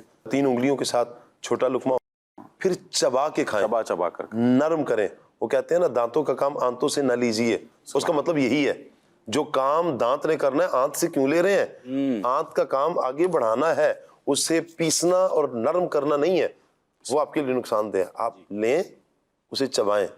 ہمارے ہاں ہوتا یہ ہے کہ ہم کھانا جب سامنے آئے گا نا تو ہمارے ہاں کہا جاتا ہے آنکھوں کی بھوک، اسے اگر اس لینگویج میں لیا جائے تو یہ ہے کھانے کی لالچ، کھانے کی ہرس۔ یہ کہتی ہے بس یہ ہو، اور یوں ایک نوالا ادھر سے چبایا، ایک ادھر سے چبایا، تیسری مرتبہ اندر۔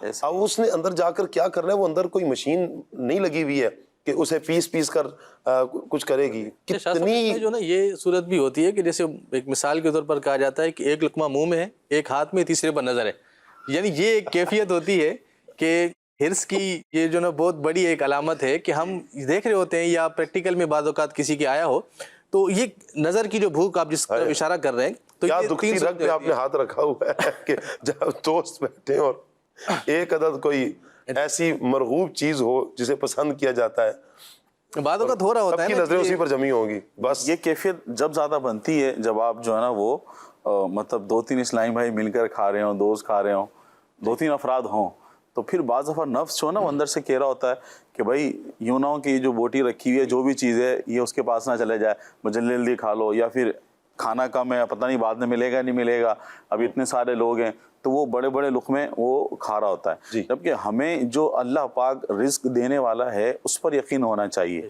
نہ کہ اس تھال پر. اس نے جتنا مقدر کر دیا ہے نا وہ ملنا ہے، مقدر کر دیا. جو رب تعالیٰ نے آپ کے نصیب میں لکھ دیا ہے، آپ سے ایک لقمہ نہیں کوئی چھین سکتا. یہ یاد رکھیے گا، بالکل کوئی نہیں چھین سکتا آپ سے ایک لقمہ بھی جو آپ کے رب نے آپ کے بارے میں لکھ دیا.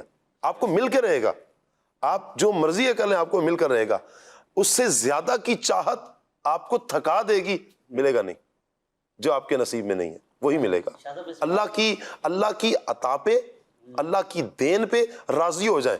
جتنا میرے رب نے میرے بارے میں مقدر کیا نا، جتنا میرے بارے میں میرے رب نے لکھ دیا ہے، میں راضی ہوں. میں راضی ہوں کہ اللہ نے میرے بارے میں اچھا لکھا. مجھے بتائیں نا کہ وہ رب کئی ماؤں سے بڑھ کر پیار کرتا ہے. کہا جاتا ہے 70 ماؤں سے بڑھ کر پیار کیا، لیکن 70 ماؤں کا بھی عدد کیا ہے؟ کئی ماؤں سے بڑھ کر اللہ پاک اپنے بندے سے پیار کرتا ہے بلا تشبیہ. یہ ماں کا جب لفظ استعمال کیا جاتا ہے تو ماں ایک پیار کا ایک رشتہ ہے، ٹھیک ہے. جہاں دیگر خون کا رشتہ، ایک تعلق، ایک واسطہ، وہاں پر اسے پیار کے رشتے کے طور پر لیا جاتا ہے. ایک اتنا بے لوث رشتہ ہوتا ہے. تو جس رب نے ہمیں پیدا کیا ہے، وہ رب ہم سے کتنی محبت فرماتا ہے.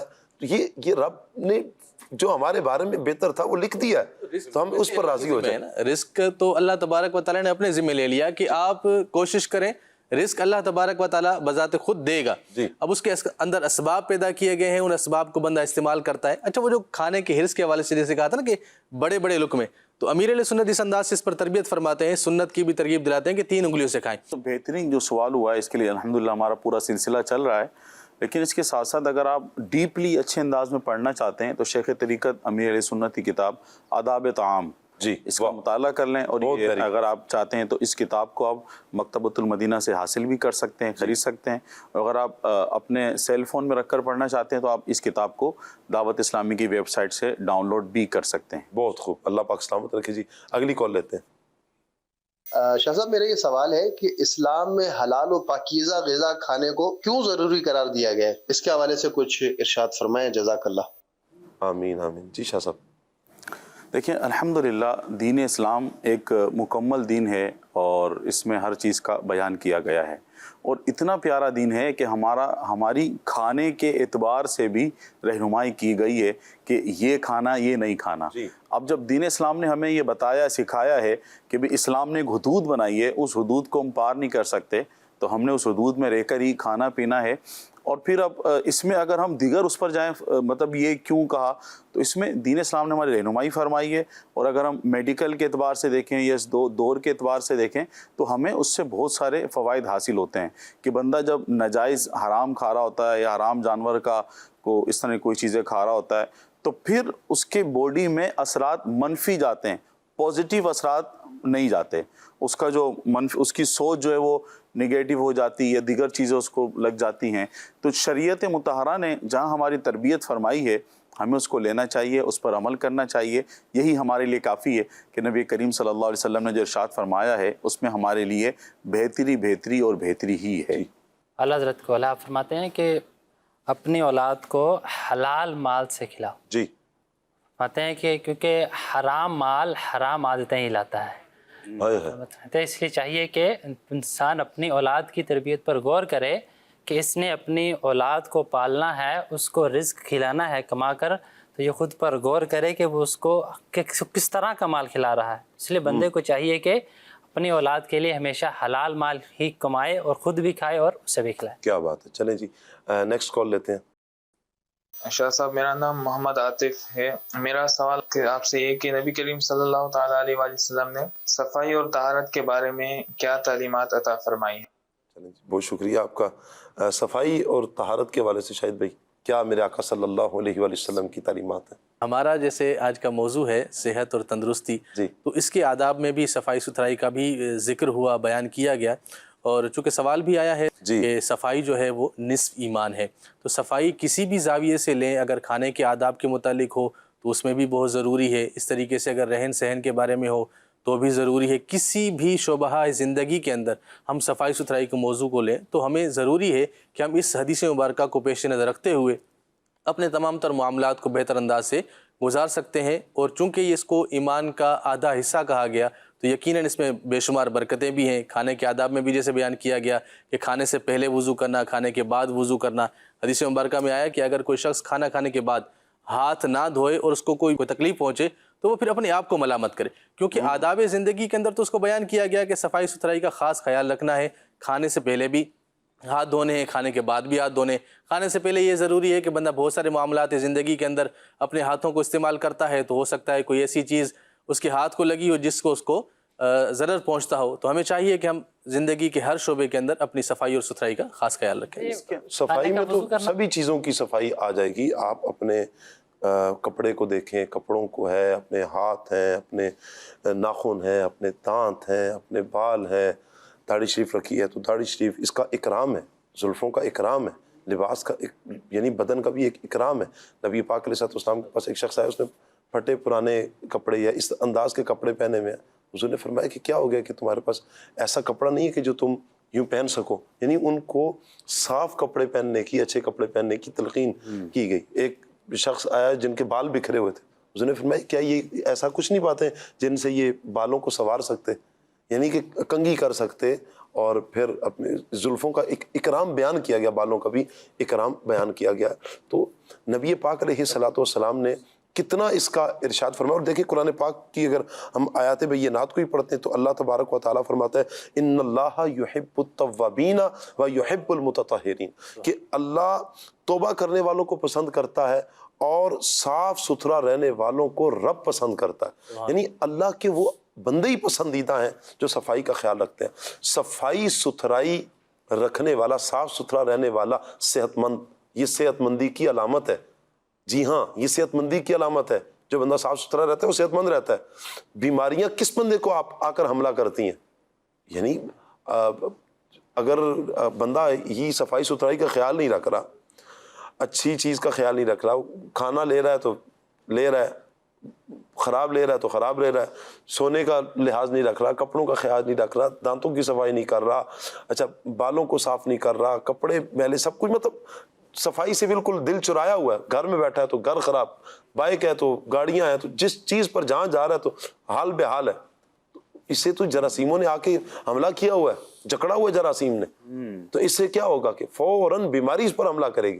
جبکہ صاف ستھرا افراد جو ہوتے ہیں، جو نفاست پسند افراد ہوتے ہیں، وہ خود بھی نفیس ہوتے ہیں اور اپنی ہر چیز کو وہ نفیس کرتے ہیں. ان کا آپ گھر دیکھیں، صاف ستھرا ہوگا، جہاں وہ رہتے ہیں وہاں صاف ستھرے، ان کی گاڑی ہوگی صاف ستھری ہوگی، اچھا ان کے شوز ہوں گے صاف ستھرے ہوں گے، ان کے ساکس ہوں گے وہ صاف ستھرے ہوں گے، ان کی دیگر لباس ہوگا صاف ستھرا ہوگا. اگر امامہ پہنتے ہیں، ٹوپی رکھتے ہیں، یہ صاف ستھری چیزیں دھلی ہوں گی، صاف ستھری ہوں گی. صفائی اسلام کو مطلوب ہے. اور صفائی کو جیسے حدیث پاک بھی سنیں نا، الطہور شطر الایمان، صفائی کو ایمان کا حصہ قرار دیا گیا. یہ صفائی ایمان کا حصہ ہے. اللہ کرے کہ یہ بات ہم سمجھ لیں، یہ صفائی ہماری صحت کے لیے بہت اچھی ہے. اگر صحت مند رہنا چاہتے ہیں تو صفائی کا اہتمام کریں. اگلی کال لیتے ہیں. محمد محسن قریشی، ڈیرہ اسماعیل خان سے عرض گزار ہوں. آج پروگرام میں میری نعت خوان اسلامی بھائی سے یہ گزارش ہے کہ مجھے یہ کلام سنا دیں. ذرے ذرے پہ چھایا ہوا نور ہے، میرے میٹھے مدینے کی کیا بات ہے. کیا بات ہے جی، آپ کی اللہ آپ کو سلامت رکھے. نیکسٹ کال دیجیے. شہباز قادری، کوئی مدینے کی یاد میں نعت سنا دیں. کیا بات ہے جی، خوش رہیں، آباد رہیں، اللہ آپ کو جلد مدینہ دکھائے. ایک اور کال لیتے ہیں. میری ایک فرمائش ہے ناظم اسلام بھائی سے کہ یہ کلام سنا دیں، در نبی پر پڑھا رہوں گا. واہ. اگلے کالر ہمیں کیا کہہ رہے ہیں؟ میرا نام محمد اکرام ہے، میں ملتان سے بات کر رہا ہوں. آپ کا پروگرام کھلے آنکھ صلی اللہ بہت اچھا ہے، روزانہ دیکھتا ہوں، بہت اچھا لگتا ہے. مجھے ایک کلام سنا دیں، میں مدینہ چلا. کیا بات ہے، بہت پیارے کلام کی فرمائش کی آپ نے، اللہ سلامت رکھے آپ کو. ایک اور کال لیتے ہیں. صبح طیبہ میں ہوئی بڑھتا ہے باڑا نور کا. جزاک اللہ خیر. آمین آمین آمین و ایاکا. اللہ پاک آپ کو سلامت رکھے جی. کچھ ایس ایم ایس بھی آپ عاشقان رسول کے آتے ہیں ہمارے پاس. اللہ آپ سب کو سلامت رکھے، برکتوں سے اللہ پاک مالا مال فرمائے. چلیں جی، کچھ آپ کے ایس ایم ایس بھی لے لیتے ہیں. اچھا جی، نعت خواں اسلام بھائی سے عرض ہے کہ جی پنجابی کلام کوئی سنا دیں جی. اچھا جی، کیا مہکتے ہیں مہکنے والے، اس کلام کی بھی فرمائش آئی ہے جی، اللہ پاک آپ کو سلامت رکھے۔ امیر سنت کی منقبت تنہا چلا تو ساتھ تیرے ہو گیا جہاں، اس کلام کی بھی فرمائش آئی ہے۔ اچھا جی، بڑی امید ہے سرکار قدموں میں بلائیں گے، اس کلام کی بھی فرمائش ہے جی، اللہ پاک سب کو سلامت رکھے، عاشقان رسول کو ٹھیک ہو گیا جی۔ میری الفت مدینے سے یوں ہی نہیں۔ اس سے پہلے کہ ہم محفوظ بھائی کی طرف بڑھیں اور ان سے کچھ کلام سنیں، ہمارا ایک سیگمنٹ ہوتا ہے آج کی زیارت، بڑھتے ہیں سیگمنٹ کی طرف، آج کی زیارت۔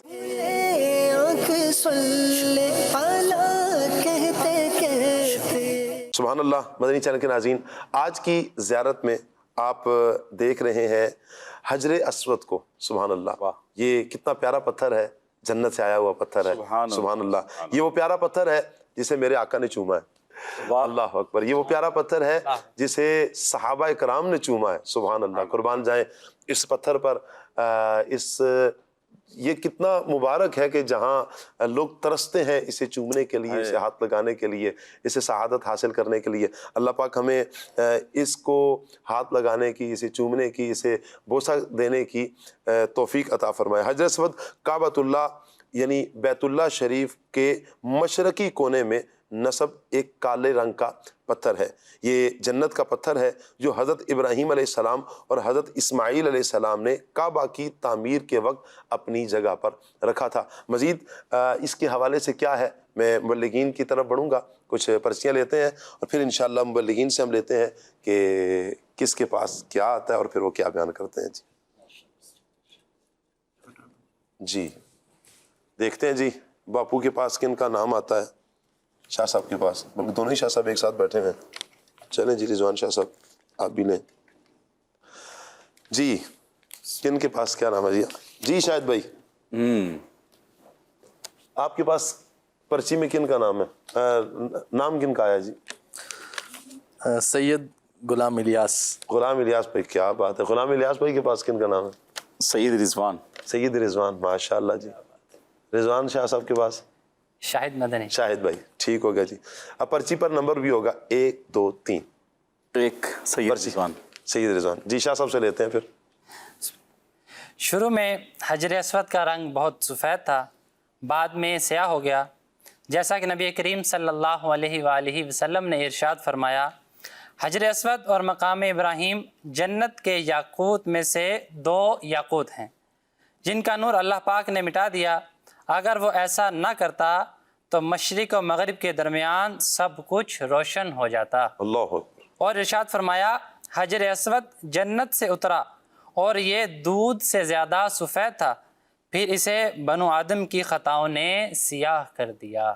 اللہ اکبر جی، شاہد بھائی کی طرف بڑھتے ہیں جی۔ حجر اسود کے بارے میں حضرت سیدنا عبداللہ ابن عباس رضی اللہ تعالی عنہما کہتے ہیں کہ رسول خدا صلی اللہ تعالی علیہ وسلم نے حجر اسود کے بارے میں ارشاد فرمایا، اللہ کی قسم اسے قیامت کے دن اس حال میں اٹھایا جائے گا کہ اس کی 2 آنکھیں ہوں گی جس سے یہ دیکھے گا، ایک زبان ہوگی جس سے یہ بولے گا، اور یہ اس شخص کے ایمان کی گواہی دے گا جس نے حق کے ساتھ یعنی ایمان اور اجر کی نیت سے اس کا استلام کیا ہوگا۔ کیا بات ہے، سبحان اللہ سبحان اللہ۔ اللہ وہاں جا کر اس کا استلام کرنے کی، اسے چومنے کی ہمیں توفیق عطا فرمائے۔ جی شاہ صاحب۔ سبحان اللہ، میں بڑی یہاں پر ایک بات یہاں پر بتانا چاہوں گا جو ہم نے بات شروع میں بھی کی تھی جی، کہ صحابہ کرام کا یہ انداز رہا ہے کہ نبی کریم صلی اللہ علیہ وسلم نے جو چیزیں اپنائی، جس طرح آپ نے کچھ کام کیا تو صحابہ کرام رضی اللہ عنہم کی کوشش ہوتی تھی کہ وہ بھی وہ انداز اپنائیں۔ تو حجر اسود کے تعلق سے یہ بات یہاں پر میں بتانا چاہوں گا، حضرت عمر فاروق اعظم رضی اللہ تعالیٰ عنہ نے حجر اسود کا بوسہ دیا، اسے دیکھا اور فرمایا کہ میں جانتا ہوں کہ نہ تو نفع دے سکتا ہے نہ نقصان، لیکن میں نے تجھے اس لیے چوما کہ میں نے نبی کریم صلی اللہ علیہ وسلم کو تمہیں بوسہ دیتے ہوئے دیکھا تھا۔ کیا بات۔ اب جو صحابہ کا انداز تھا نا کہ نبی کریم صلی اللہ علیہ وسلم جس طرح آپ کچھ کام کیا کرتے تھے، صحابہ اس کو فالو کرتے تھے، تو اب یہ حجر اسود کے تعلق سے تھا۔ تو یہاں پر میں کچھ اور باتیں بھی عرض کروں گا کہ اللہ پاک سب کو حج و عمرہ کی سعادت نصیب فرمائے، خانہ کعبہ کے طواف کرنے کی توفیق عطا فرمائے۔ حجر اسود سے ہی جب ہم طواف شروع کرتے ہیں تو طواف کے جو 7 چکر ہیں اس کی ابتدا حجر اسود سے ہی ہوتی ہے اور حجر اسود پر ہی طواف ختم ہوتا ہے. صحیح، بہت شکریہ آپ کا. ہمارا سیگمنٹ مکمل ہوا. آئیے مدنی چینل کے ناظرین کلام کی طرف بڑھتے ہیں. ہمارے پاس ایک ریکارڈڈ کلام ہے، کلام لیتے ہیں. ريح الصبا يوما إلى أرض الحرم بلغ سلامي روضة فيها النبي المحترم بعد صبا تیرا گزر ہو جائے جب سوئے حرم بعد صبا تیرا گزر ہو جائے جب سوئے حرم میرا سلام کہنا انہیں میرا سلام کہنا انہیں جو ہے نبی محترم ان ملتیا ریح الصبا یوما الى ارض الحرم بلغ سلامی روضة فيها النبي المحترم من وجهه شمس الضحى من خده بدر الدجى من وجهه شمس الضحى من خده بدر الدجى من ذاته نور الهدى من كفه بحر الهمم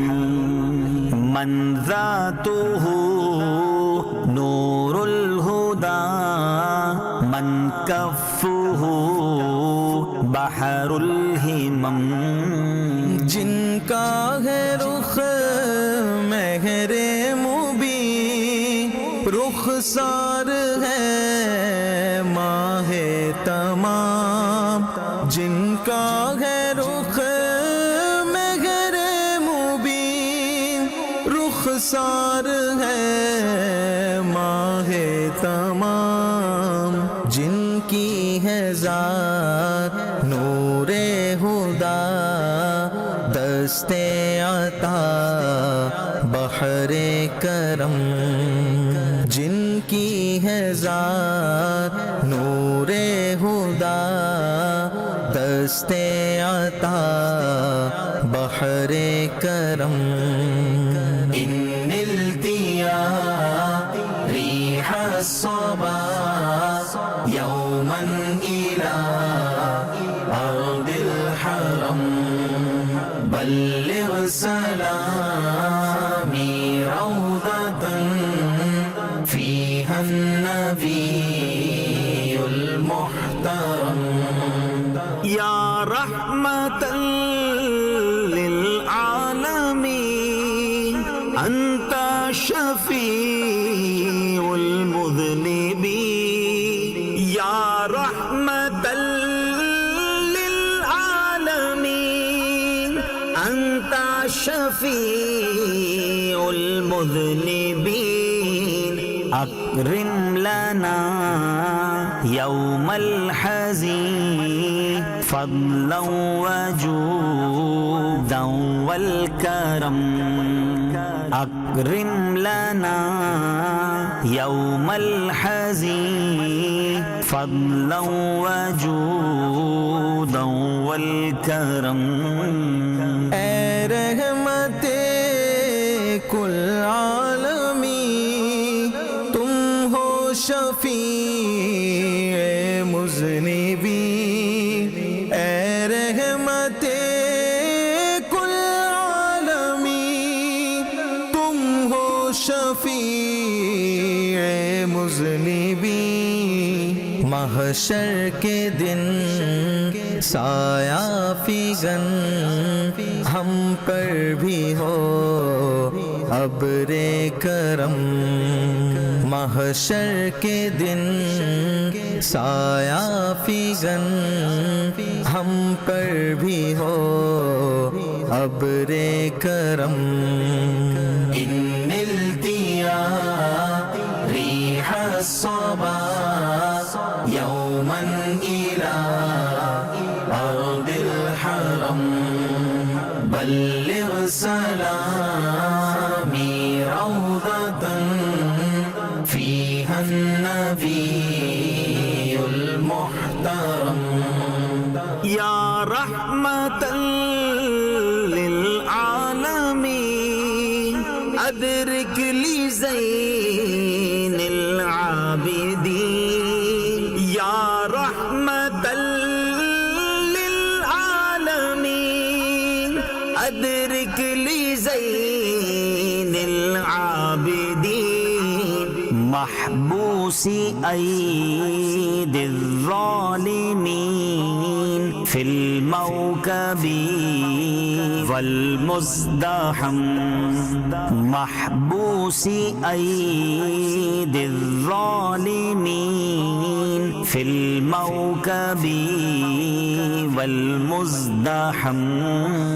مظلوم زین العابدین کو اب سنبھالے یا نبی. مظلوم زین العابدین کو اب سنبھالے یا نبی. وہ ظالموں کی بھیڑ میں ہے مبتلا قید و غم. وہ ظالموں کی بھیڑ میں ہے مبتلا قید و غم. ان التیا ریح الصبا یوما الى ارض الحرم بلغ سلامی روضة فيها النبي المحترم. جزاک اللہ جی. اللہ تعالیٰ سب کو برکتیں عطا فرمائے. آپ نے کلام سنا. محفوظ بھائی کی طرف بڑھتے ہیں. محفوظ بھائی سے سنتے ہیں جی کلام. جی. ذرے ذرے پہ چھایا ہوا نور ہے. ذرے ذرے پہ چھایا ہوا نور ہے. میرے میٹھے مدینے کی کیا بات ہے. میرے میٹھے مدینے کی کیا بات ہے. نور سے سب فضا اس کی معمور ہے. نور سے سب فضا اس کی معمور ہے. میرے میٹھے مدینے کی کیا بات ہے. نور پھولوں میں ہے, نور گلیوں میں ہے. نور پھولوں میں ہے, نور گلیوں میں ہے. نور بازار میں, نور گلیوں میں ہے. دشتوں کو سار پر نور ہی نور ہے. میرے میٹھے مدینے کی کیا بات ہے. میرے میٹھے مدینے کی کیا بات ہے. آئی پھر یاد مدینے کی رولانے کے لیے دل تڑپ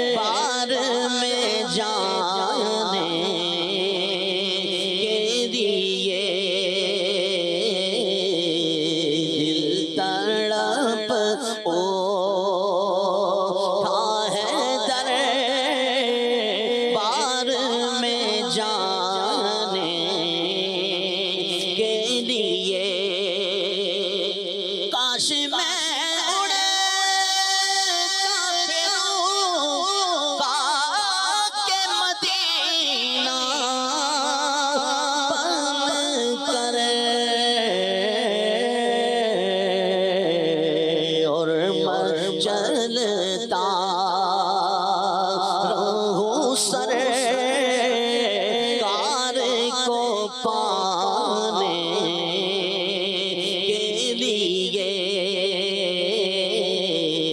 اور میں چلتا رہوں سرکار کو پانے کے لیے دل تڑپ اٹھا ہے در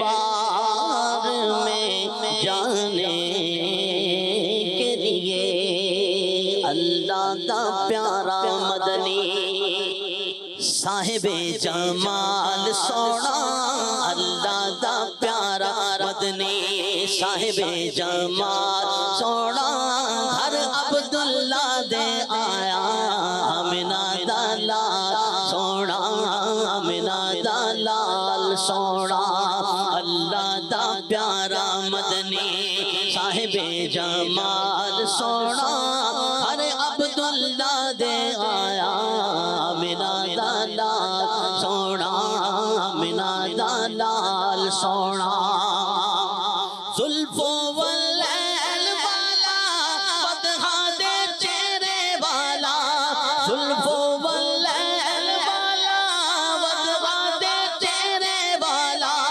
تاج دے تاج والا یاسین دے سیرے والا امت دا شافع مدنی امت دا شافع مدنی ہے لجپال سونا ہر عبداللہ دے آیا آمنہ دا لال سونا آمنہ دا لال سونا اللہ دا پیارا مدنی صاحب جمال سونا ہر عبداللہ دے آیا آمنہ دا لال سونا آمنہ دا لال سونا زلفوں واللیل دیا قسماں قرآن وچ زلفوں واللیل دیا قسماں قرآن وچ رب دا قرآن سارا مدنی دی شان وچ خود بھی سلواتا پڑھدا رب ذوالجلال سونا ہر عبداللہ دے آیا آمنہ دا لال سونا آمنہ دا لال سونا عاشق نبی دے سارے خوشیاں منائی بیٹھے ہر جا میلاد دیاں محفلاں سجائی بیٹھے نہ کس دی لاج رکھو نہ کس دی لاج رکھو لاؤ گل لال سونا ہر عبداللہ دے آیا آمنہ دا لال سونا آمنہ دا لال سونا مسلک تو امام ہے لیاس قادری مسلک کا تو امام ہے لیاس قادری مسلک کا تو امام ہے لیاس قادری ہم مسلک کا تو امام ہے ہم مسلک کا تو امام ہے لیاس قادری تدبیر تیری دام ہے لیاس قادری تدبیر تیری دام ہے لیاس قادری ماشاءاللہ محفوظ بھائی نے بڑے پیارے انداز میں کلام لیا ہے.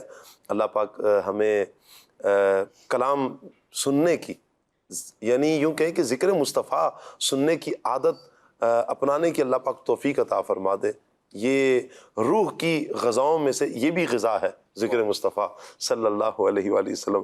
اللہ یہ ذکر کرتے رہنے کی ہمیں توفیق عطا فرمائے. کیا خوب شعر کہا ہے نا کہ آقا کی ثنا خوانی دراصل میں عبادت ہے، ہم نعت کی صورت میں قرآن سناتے ہیں. کیا بات ہے، کیا بات ہے، سبحان اللہ سبحان اللہ. ٹاپک کی طرف آتے ہیں. ٹاپک ہے ہمارا صحت و تندرستی. شاہ صاحب میں یہ چاہوں گا رضوان شاہ صاحب کہ روزانہ کی بنیاد پر واک کرنا، ورزش کرنا، یہ انسان کی طبیعت کے لیے، صحت کے لیے کس حد تک ضروری ہے؟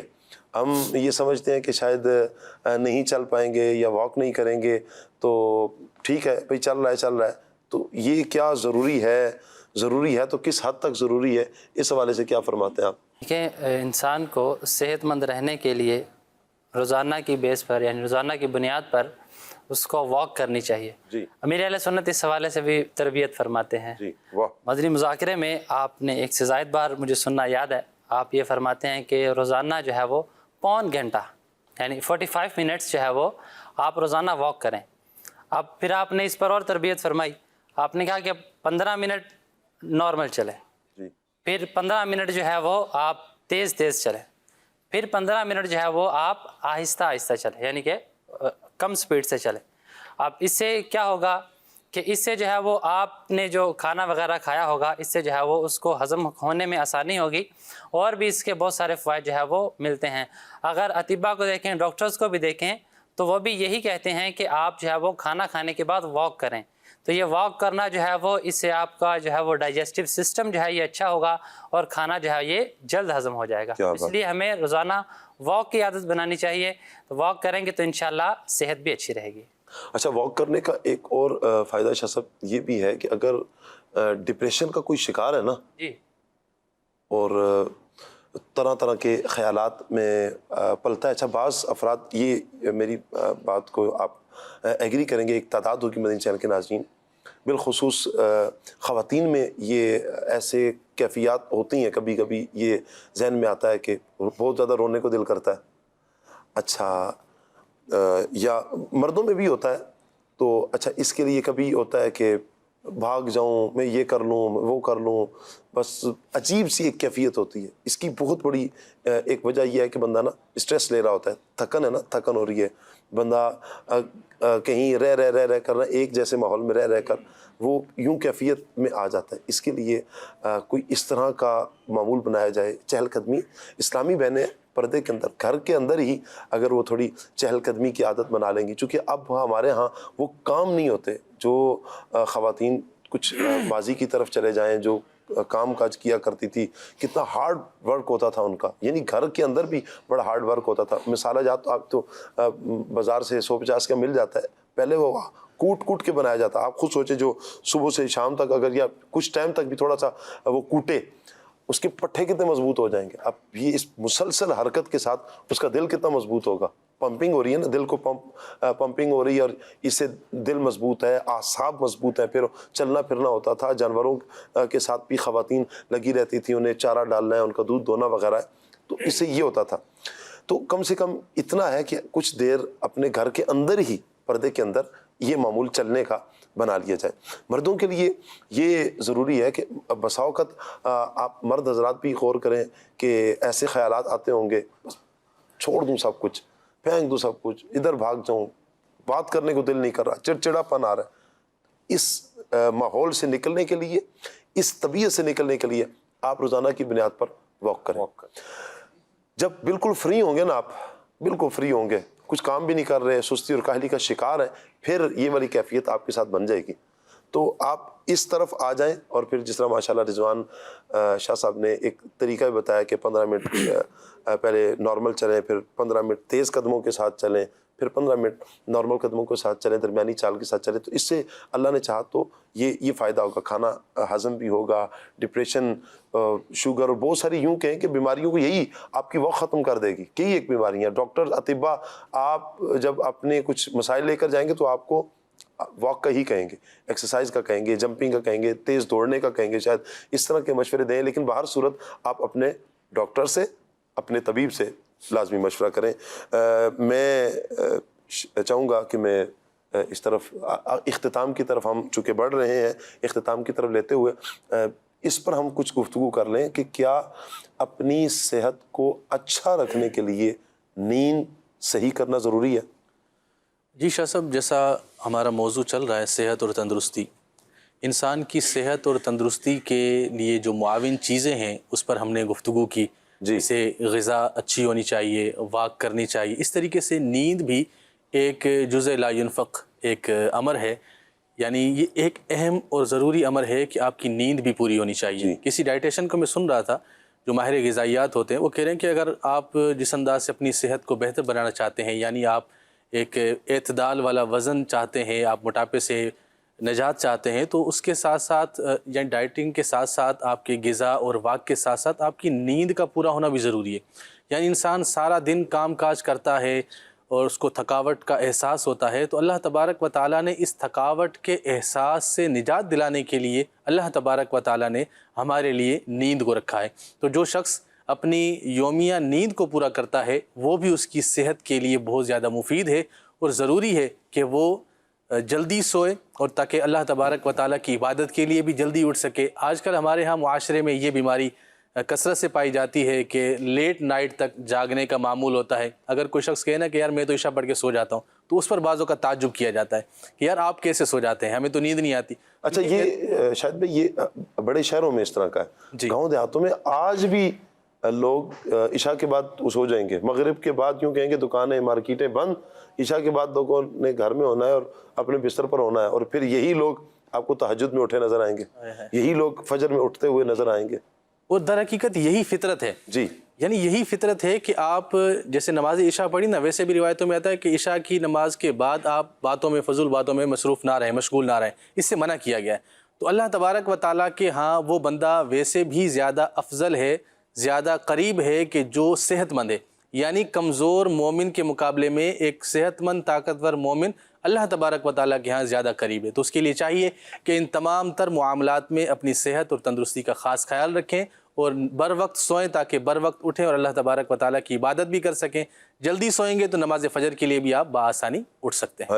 اللہ پاک فرماتا ہے وَمِن رَحْمَتِهِ جَعَلَ لَكُمُ اللَّيْلَ وَالنَّهَارَ لِتَسْكُنُوا فِيهِ وَلِتَبْتَغُوا مِن فَضْلِهِ وَلَعَلَّكُمْ تَشْكُرُونَ۔ میرا رب کہتا ہے اور اس نے اپنی مہر یعنی رحمت سے تمہارے لیے رات اور دن بنائے کہ رات میں آرام کرو اور دن میں اس کا فضل ڈھونڈو، یعنی کسب معاش کرو، اور اس لیے کہ تم حق مانو۔ یعنی رات بنی ہی کس لیے؟ آرام کرنے کے لیے۔ رات میں آرام، دن میں کام، رات میں آرام۔ جب یہ فطرت پر آپ آ جائیں گے، جیسے ہمارے شاہد بھائی بتا رہے ہیں کہ یہ فطرت ہے، رات آرام کے لیے ہے اور دن کام کے لیے، اسے تبدیل کر دیں گے، الٹ پلٹ کر دیں گے، ڈسٹرب ہو جائیں گے۔ تو بہت سارے افراد یوں ڈسٹرب بھی رہتے ہیں۔ اچھا، اس کا نقصان کیا ہوتا ہے؟ نقصان یہ ہوتا ہے کہ آپ کی اگر نیند پوری نہیں ہے، آپ کا سب سے پہلا اٹیک نیند نہ پوری ہونے کی وجہ سے گلے پر ہوگا، آپ کا گلا متاثر ہے، آپ کا معدہ متاثر ہے، اچھا آپ کی طبیعت میں چڑچڑا پن ہے۔ اچھا، جب معدہ متاثر ہے تو معدہ جب متاثر ہوگا تو بہت سی بیماریاں ویسی ساتھ آ جائیں گی۔ صرف ایک نیند پوری نہ ہونا، بسا اوقات پھر یہ اتنی کم کرتے کرتے کرتے یہاں تک لے آتے ہیں۔ ابھی جوانی میں تو احساس نہیں ہو رہا تھا، میں تو سوتا ہی نہیں ہوں بھائی، میں تو جاگتا رہتا ہوں اور میری تو بہت کم نیند ہے۔ اپنی جتنی طبیعت ہے نا، جتنی انسان کو ایک نارمل بندے کو نیند درکار ہے، جتنی کرنی چاہیے، آج نہیں کر رہے تو کل آگے چل کر بڑھاپے میں بڑی آزمائشوں کا سامنا ہو سکتا ہے۔ اپنی صحت کی فکر کریں، آپ نہیں کریں گے کوئی نہیں کرے گا۔ اللہ پاک ہمیں عمل کی توفیق عطا فرمائے۔ سبحانک اللہم و بحمدک اشہد ان لا الہ الا انت استغفرک و اتوب الیک۔ بڑھتے ہیں صلاۃ والسلام کی طرف۔ یا شفیع الورا سلام علیک یا نبی الہدی، سلام علیک خاتم الانبیاء، سلام علیک سید الانبیاء، سلام علیک یا شفیع الورا، سلام علیک یا نبی الہدی، سلام سیدی یا حبیبی مولائی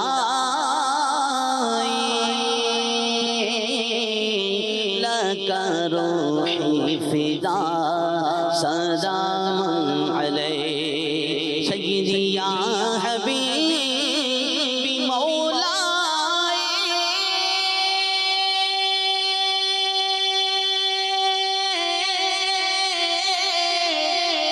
سیدی یا حبیبی مولائی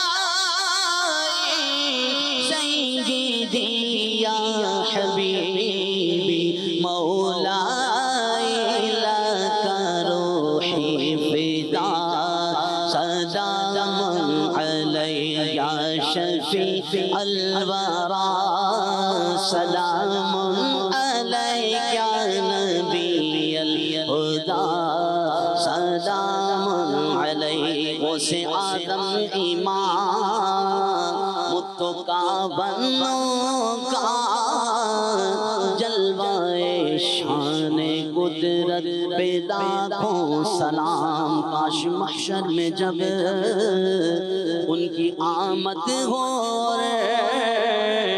بھیجے سب ان کی شوکت پہ لاکھوں سلام مجھ سے خدمت کے قدسی کہے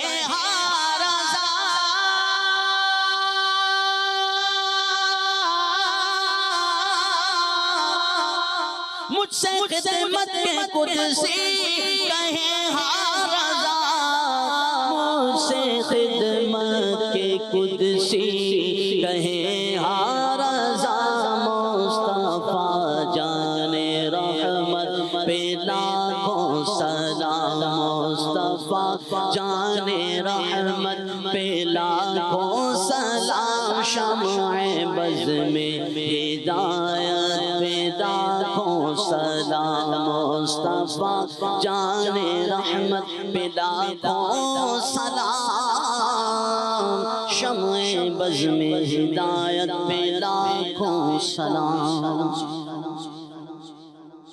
کھلے آنکھ صلی علی کہتے کہتے کھلے آنکھ صلی علی کہتے کہتے